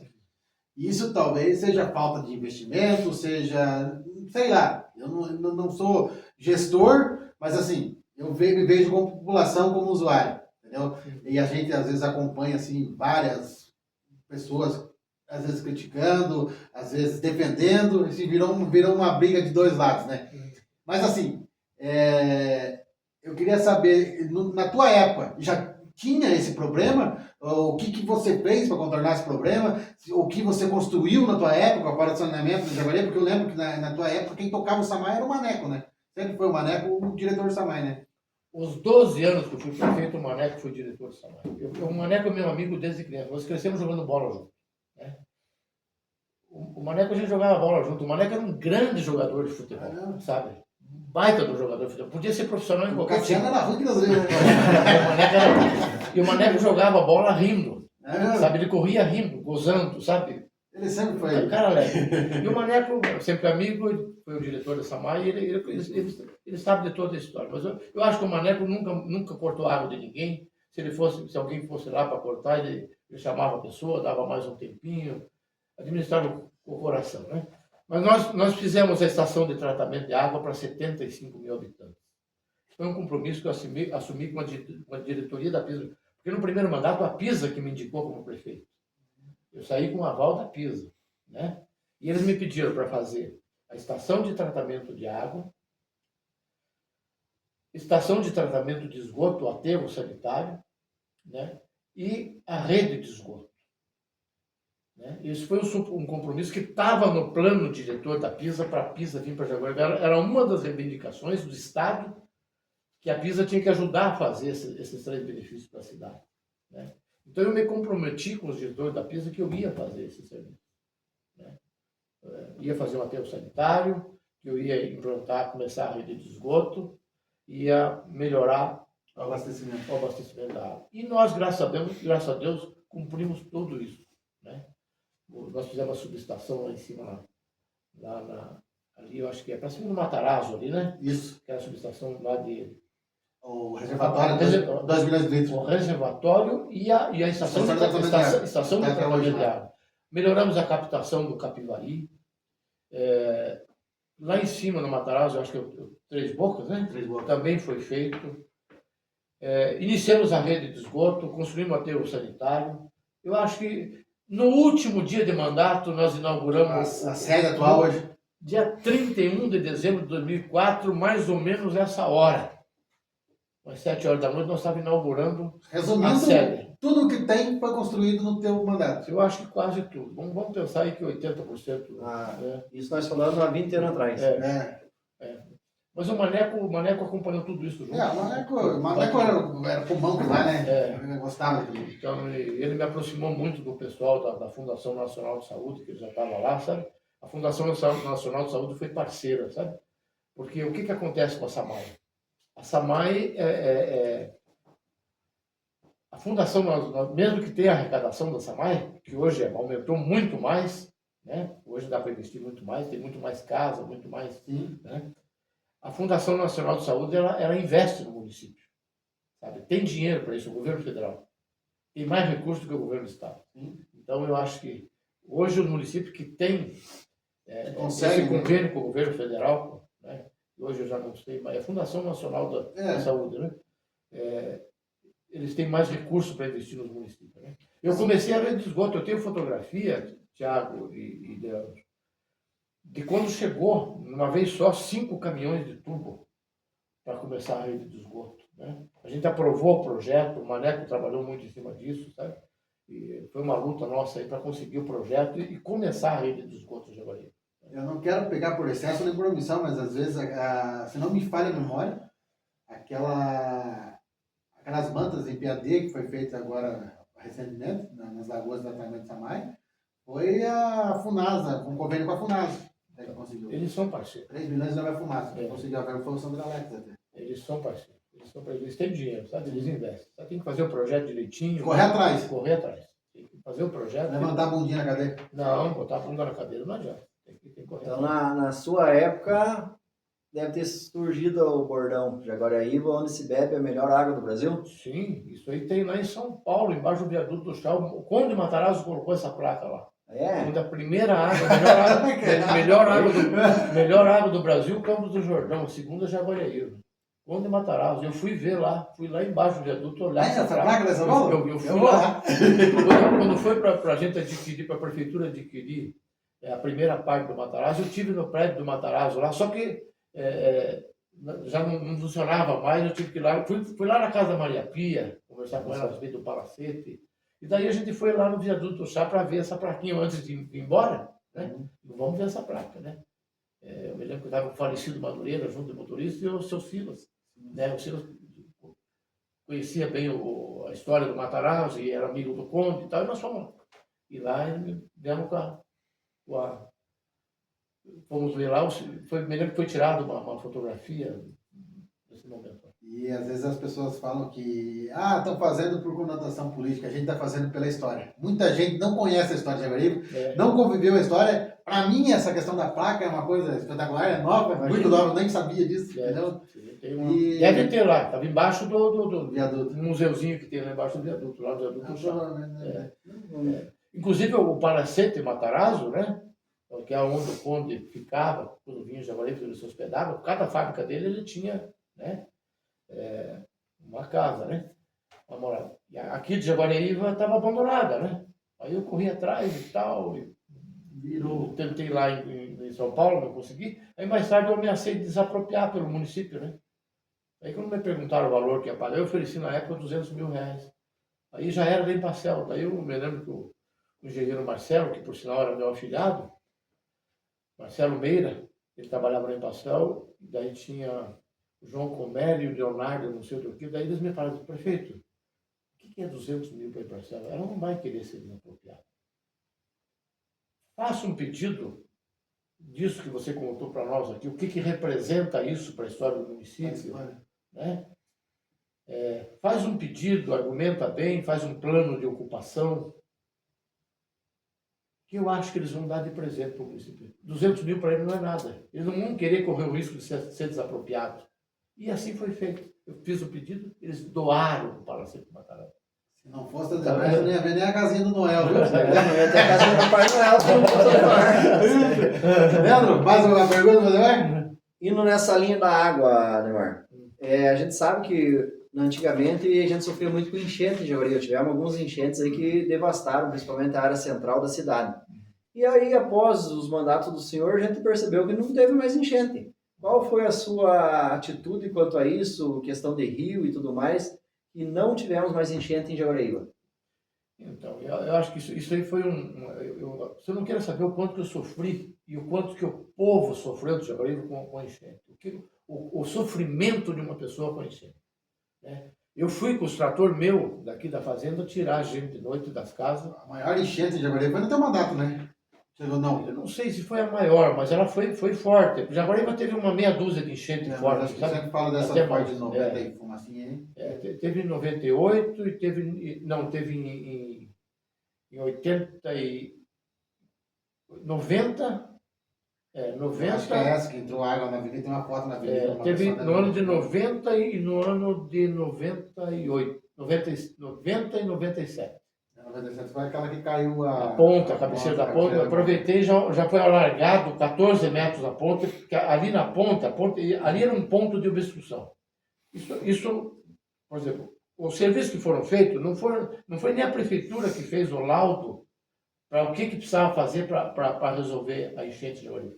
Já existia, lá em Curitiba, por Jaguaribe já ter passado por várias enchentes, um departamento, que eu esqueci o nome agora, que cuida só de enchente. Né? É um Ministério das Águas, ela que cuida de. Será que não é o IAT? Não, o IAT é do Estado. Não, o IAT agora, que é Instituto Água e Terra. Não, esse é a nível de Estado, é a nível federal. Federal. Já existia estudos a respeito do Rio de Janeiro, porque ele já tinha sofrido enchente várias vezes. O seu Aldo teve 2 enchentes, o Aldo Ribas, e outros prefeitos para trás também tiveram várias enchentes. O Rio chovia 170, 180 milímetros, o Rio já saía para fora. Né? Nós tivemos enchentes, chuvas aí de 300 milímetros e nosso Rio aguentou direitinho. Né? Então, realmente resolveu o problema. Mas foram feitos vários serviços. Não foi a prefeitura, não foi o engenheiro da prefeitura, não foi ninguém que determinou o que precisava fazer. Foi esse departamento que já tinha o estudo. O que eles diziam? Primeira coisa, tinha que rebaixar a barragem. A barragem, o próprio homem fez interferência no rio. O homem interferiu. Como que ele interferiu? Quando fez a barragem, o Matarazzo, aquela barragem foi baixada 1,5 metro. A gente só não tirou a barragem toda, senão desativava aquela pequena usina. Né? E eu só pude rebaixar aquela barragem quando o município comprou o prédio do Matarazzo, porque antes a CNE não deixava. E a gente tinha medo, porque eles ameaçavam fechar a fábrica, mas não queria briga porque eles precisavam de energia para o Matarazzo. E você ameaçava rebaixar a barragem, eles, opa, Para diminuir a água. a briga foi feia. A briga foi feia, sabe? Porque a gente queria, a prefeitura precisava rebaixar a barragem. Aí, quando o município comprou o prédio, nós conseguimos rebaixar a barragem. Né? Segundo, foi uma explosão de rocha. Estou começando de baixo para cima, lá da barragem. Segundo, tinha uma rocha, que justamente essa rocha era onde passava o caminho do sorpeiro. O sorpeiro passava por onde o rio? Por onde tinha rocha. Né? O resto era banhado. A outra rocha que tinha era lá perto do Nossa Senhora de Fátima. Às vezes cruzava o rio Jaguariúna ali perto do Parque do Tropeiro, pelaquela rocha para baixo do rio, e cruzava essa rocha perto do Parque Linear, na Chácara do Fusão, que era ali que passava. Ali tinha uma rocha que era quase da altura da barragem. Então não adiantava baixar a barragem se não explodisse a rocha. Ficava mais para cima. Ali foi um caminhão de dinamite. E ali foi alargado o rio ali uns 40 metros, 30 metros a mais ali, para dar vazão na água. Né? Rebaixado o canal extravasor, o canal que levava água para a usina, foi desentupido, foi rebaixado o canal, né? E foi essa explosão de rocha ali que foi um caminhão de dinamite. A prefeitura ficou um mês puxando arenito ali para poder tirar aquele arenito dali. Né? Muita gente foi beneficiária daquele arenito porque não tinha onde pôr, todo mundo queria nas casas, preencheu aqui, ali. A rádio levou, o caminhão pegava dali e levava para lá. Mas ficou em 5, 6 caminhões, Só puxando. um mês inteiro puxando. Né? Terceiro, primeira barragem, segundo arenito. Terceiro, tinha que alargar a ponte. A ponte, ela estava muito estreita, ela estava represando a água. Tanto que no dia da enchente, você ficava em cima da ponte, você olhava a água para o lado de cima, ela estava 2 metros de um lado da ponte mais alto, do lado de baixo. Então a ponte estava represando a água. Por isso que eu digo que o homem que... Então, quando abriu aquela cabeceira, que a própria água levou fez um buraco do lado da ponte, a própria natureza mostrou o caminho. Opa, é aqui que tem que abrir. Então, nós simplesmente aumentamos 14 metros o vão da ponte. A mais. Aquilo ali foi essencial. Né? Abriu o gargalo que tinha ali. Né? Isso dizia no laudo. E o quarto item era o alargamento do rio, né? E o desassoreamento com draga. Né? Então foi feito rebaixamento da barragem, explosão de rocha, alargamento da ponte, alargamento do leito do rio com reta escavadeira e afundamento do rio com a draga. Isso se chama dragagem. Isso é uma dragagem do rio, né? Isso foi feito até lá em cima do Nosso Senhor de Fátima.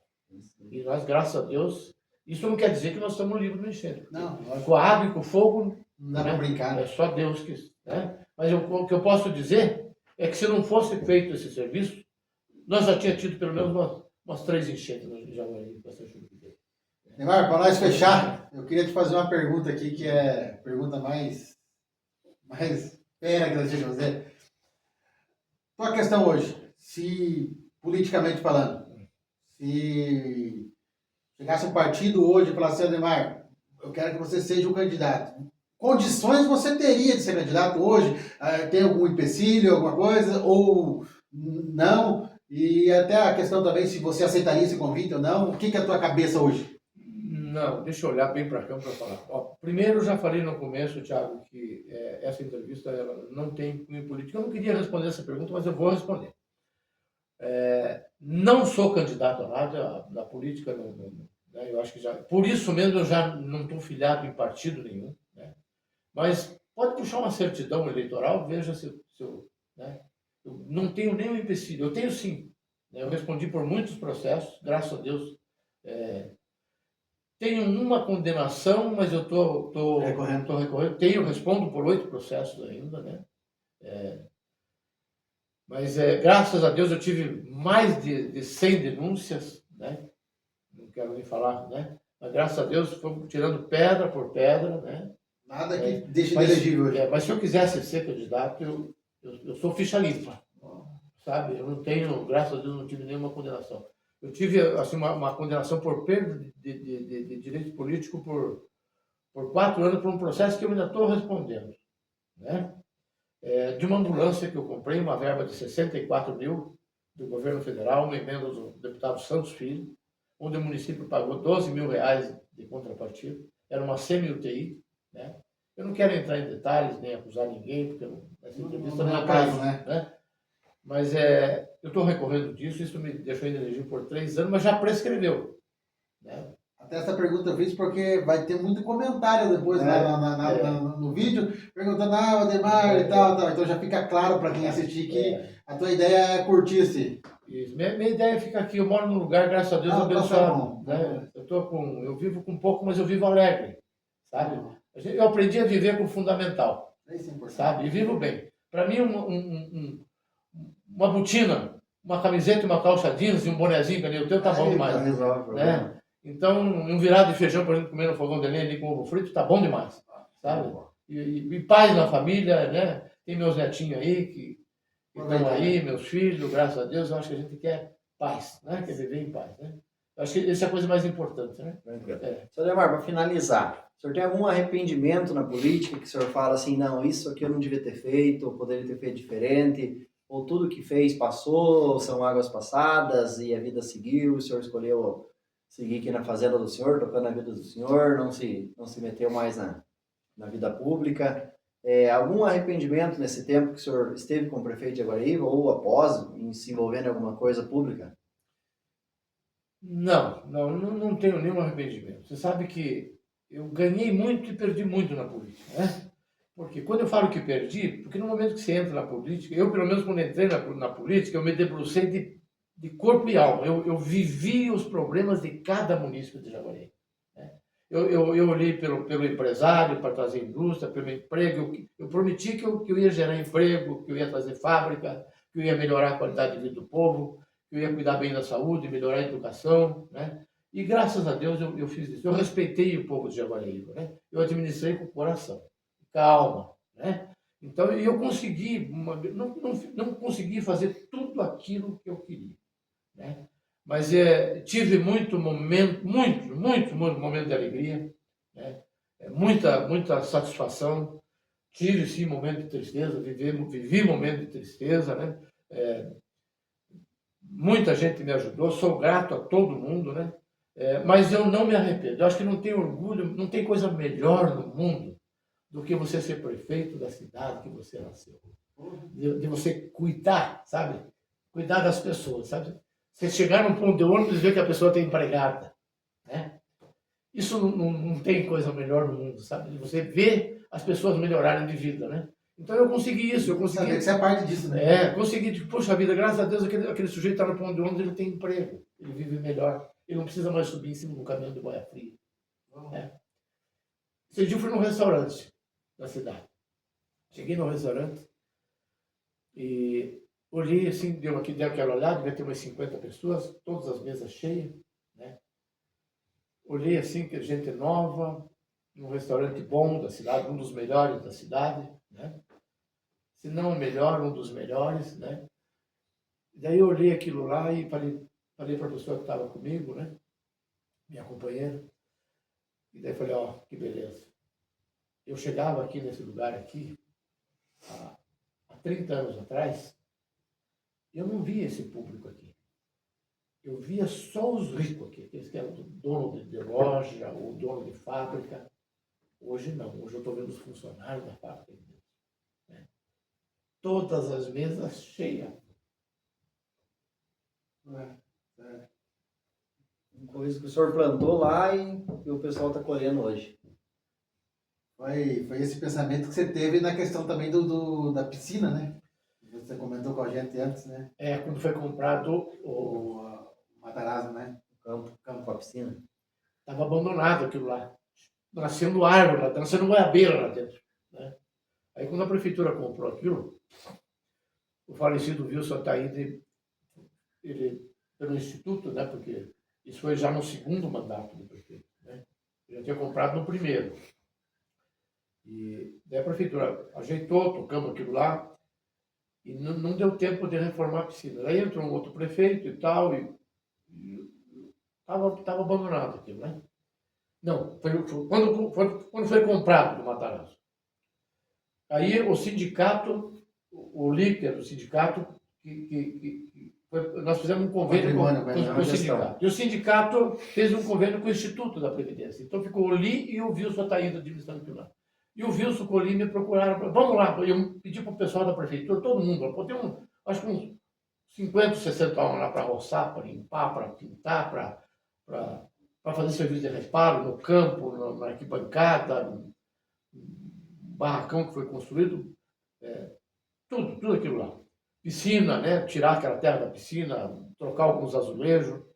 E quando terminou o serviço, o Wilson foi lá na prefeitura e falou assim, Demar, vamos lá na prefeitura, eu quero que você vá lá no estádio Matarazzo, lá no Sindicerve. Aí eu fui lá.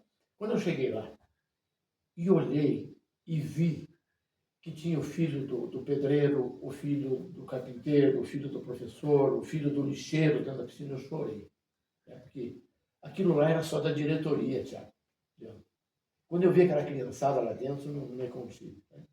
Então, essas coisas realizam. Né? Cada fábrica que você traz é uma conquista, você fica alegre, cada escola que você constrói, cada creche, cada posto de saúde. Né? Você veja só, todos os lixões da cidade eu fiz um parque ambiental. Todos. E a prefeitura comprou. Né? Parque Linear do Rio Capivari, Chafariz, que era um depósito de lixo, era memória, o primeiro ponto de água, a gente resgatou aquilo lá. Né? O Parque Nossa Senhora de Fátima era um lixão. O Parque do Matarazzo, nós fizemos um parque no Matarazzo, que está lá até hoje. Né? Onde era um depósito de lixo, nós fizemos um parque ambiental. O Parque Linear, que você construiu, teve até arquitetura de uma renomada arquiteta e tal. Parque Linear. Você construiu do zero, né? Do zero, fez ele inteiro. Foi atrás do Frisanco para comprar, no começo o Carlinhos não queria vender. Com a compra do terreno e tudo que você gastou, que você fez, você tem mais ou menos ideia de quanto você gastou lá, né? Deixa eu ver uma coisa. Você me fez uma pergunta aqui, rapaz, mas é um bate-papo. Né? Bate-papo, os novos agora falam que é podcast, é isso? Podcast. Tá tentando. Não, tá voando. Viu? Eu me lembro que eu resolvi fazer um parque ali, né? Foi uma ideia minha. E eu queria fazer o parque pro lado de cá, onde era o antigo Matadouro. A minha ideia era fazer aquilo ali. Fazer o departamento do meio ambiente, fazer uma ciclovia e levar até na usina um caminho, fazer o parque pelo lado de cá. E Daí, uma arquiteta, que foi o Jaime Lerner, que pediu para minha mãe emprego para ela, né? Maria de Los Angeles, a Helena. E daí, você veja, o governador me pediu para minha mãe emprego para ela. Né? Porque ela já trabalhava com o Jaime, na equipe do Jaime. Né? E daí ela falou, não, vamos fazer para o lado de lá, o serviço de casa faz para a prefeitura, que lá a gente consegue um dinheiro. Eu nem sabia que o Estado, eu ia fazer por conta da prefeitura. A gente consegue ter um programa novo do Estado, que é o projeto Fundo de Vale, e eu consigo fazer um projeto aqui, para fazer, vamos fazer para lá, mas lá não fica complicado. Tem que comprar o terreno, é a chácara do Frisanco. Olha, eu acho que você devia tentar para o lado de lá. Depois faz para o lado de cá, depois você faz essa parte que você quer. Difícil de fazer minha cabeça, mas ela fez a cabeça, né? Eu fui falar com o Carlinhos Frisanco lá, e o Carlinhos, não foi nem com o Wilson, foi com o Carlinhos. O Carlinhos não queria vender de jeito nenhum. Chegamos a discutir e tal, e sei que por fim, né, eu falei, Carlinhos, se você não vendeu, a gente é amigo, nossos pais foram amigos, eu vou ter que desapropriar isso aqui. Moral da história, depois de muita proposta, eu consegui comprar pela prefeitura dele. Eu não sei se foi por 10 mil reais ou 20 mil reais essa área dele, foi o preço. E o parque eu fiz com 150 mil reais, que foi um projeto que o Jaime Lerner, que a Nena fez o projeto. Verba do governo do Estado. Do governo do Estado. Foi o Jaime que deu aquela verba de 150 mil. Nós fizemos aquele parque com 150, não gastamos 200 mil com verba da prefeitura. Foi o que custou aquele parque com lanchonete, mirante, ciclovia, a compra do terreno inteiro. Aquilo lá não custou 200 mil reais para fazer. Foi muita grama, eu usei muito pessoal da prefeitura, muito verde. Né? O professor Lopes foi lá com a equipe dele para fazer a ciclovia, o rolinho, com a usina da prefeitura. Né? Foi isso. Aí foi feito o Parque Nossa Senhora de Fátima, o Parque do Sopeiro, o Parque Matarazzo, o Chafariz, tudo isso para segurar a memória do município. Município que não guarda o passado não faz o futuro. E aquilo ali, né? Você tinha que aproveitar aquilo ali. Né? A rede, o Matarazzo, o tropeirismo, a rede, o Matarazzo, a ferrovia, isso é a história do município de Jaguaribe. Isso é a raiz do município. Né? A gente tem que valorizar isso. Tem que valorizar o passado, tem que valorizar os outros prefeitos, que cada um fez. Quanta coisa foi feita, abertura de serra. Cada um tem a sua história. O seu pedaço na história. Cada um tem o seu pedaço na história. Mas, enfim, eu acho que foi feito creches. Eu fiz, das 5 creches que tem, eu fiz 3 creches. Fiz a Valdemar de Gouveia, a Doutor Santos, a do Lagoão, que me fugiu o nome dela. Enfim, eu acho que tem muita pavimentação, quase 300 mil metros de pavimentação. Pontes, várias. Pontes várias. Pontes eu acho que, nossa, ponte eu posso dizer que eu construí 80% das pontes. Praça José Gonçalves, Praça da Saudade, Praça Sila Gerson Aires, qual é a outra praça? Praça da Vila Pinheiro, eu comprei aquele terreno, a prefeitura comprou do Mirandinha, ele foi muito pronto, né? Ele vendeu tudo que lá a gente fez, a praça e a escola. Nossa Senhora de Fátima, compramos da família Delgado. Então, cada escola, cada praça, a prefeitura comprou o terreno e fez tudo isso. E tudo isso que eu estou falando para vocês, se vocês forem fazer essa matéria, eu quero mostrar fotografia. Porque uma coisa é eu falar aqui. Fazer assim, sabe? Uma coisa é eu falar aqui, ó. Né? Agora, outra coisa é você falar, mostrar. Ou você matar a cobra e mostrar o pau. Né? Você tem que. Né? Porque falar é fácil, a conversa o vento leva. Não, a gente vai pôr até as imagens, então, vai deixar tudo. Tudo isso que eu falei, eu quero que vocês ponham, coloquem imagem. Não, colocar, mostrar. Porque tudo isso eu tenho documento. Não. Tudo que eu falei aqui eu tenho documento. Né? A mentira para mim tem perna curta. Né? Então, eu acho que cada prefeito tem a sua história. Mas eu vivi muito momento de alegria, muita emoção. É claro que a gente tem decepções, né? Mas eu chorei junto. Cada um que sofria, cada um que morria, eu chorava. E cada momento de alegria eu festejava. Foi desse jeito que eu fui prefeito de Jaguaribe. Respeitando o povo. Neymar, aproveitando aí o povo aí, quer deixar uma consideração final pro povo, deixar um abraço pra galera que tá acompanhando mais, hein? Com certeza. Né? Primeiro eu quero agradecer vocês. Né? Nós que agradecemos pela disponibilidade. Né? Tem 20 anos no silêncio, no anonimato. Né? E nós começamos aqui de dia e já é noite. Nós vamos ter que assar uma carninha no fogo aqui agora, vamos ter que acender a churrasqueira, assim, né? Esquentar o ambiente aqui, né? tomar uma pinguinha, né? Que ninguém é de ferro, né? Uma pinguinha pura não faz mal, um vinhozinho, né? Vamos assar uma carne para nós conversar. Mas eu fico feliz de ver você, que eu vi você pequenininho, com a tua família, com a tua avó, com teus pais, né? Meus amigos, né? Teu pai também jogou bola, o Maurício, né? Briguento igual você mesmo, né? Briguento, mas né? Nos seus direitos, no bom sentido. O Leandro, né? Leandro, putz, cada vez que você subia no palanque, Leandro, aquela meninada gritava o teu nome, né? Gostava, com essa aparência aí, de galã, então, né? Elas gritavam, bora! Os sonhos dele, né? Aflorados, né? Os sonhos dele afloravam, porque ele, fala a verdade, esse menino, ele exala coisa boa, benevolência, sabe? É um menino bom, de coração bom, né?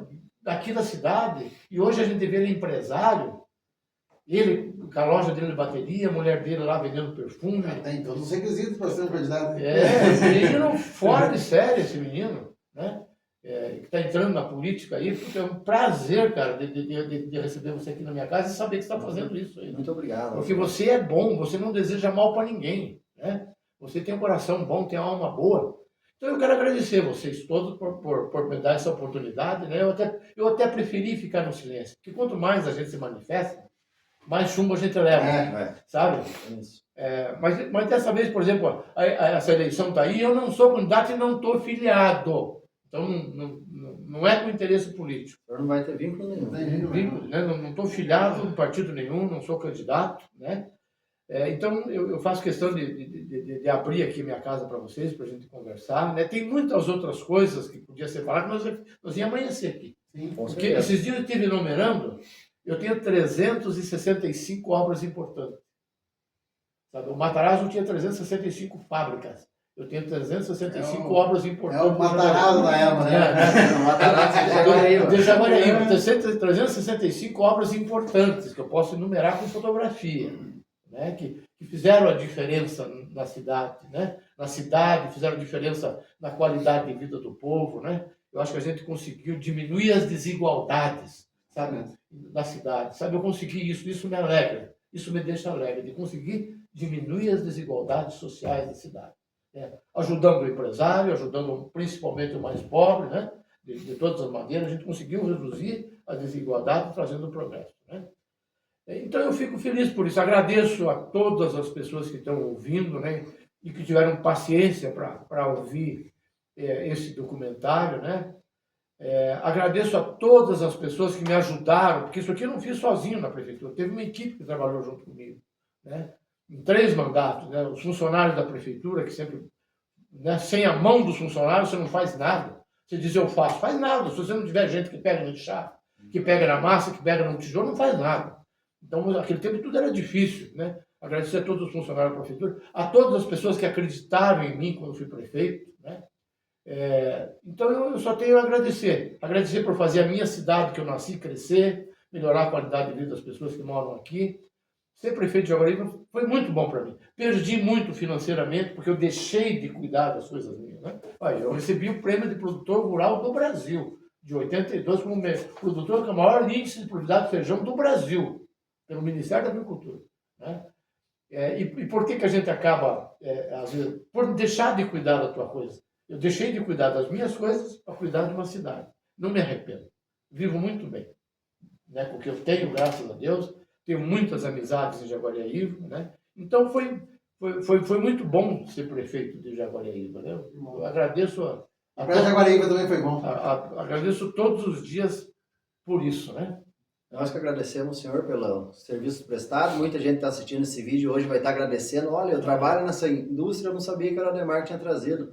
Minha filha está naquela creche, eu não sabia que era ele que tinha construído. Eu vou jogar bola naquele campo, eu não sabia que era ele que tinha construído. Eu vou brincar na praça, eu não sabia que era ele que tinha construído. Saúde, hospital, municipalização do hospital. Então, tantas coisas que tem a mão do senhor em Jaguareíba e que muita gente não sabia até hoje. Para nós é um privilégio. Coração mesmo. Obrigado, Ademar. Muita paz, muita saúde e felicidade. Gente, muito obrigado. Deus abençoe vocês. Está com a gente.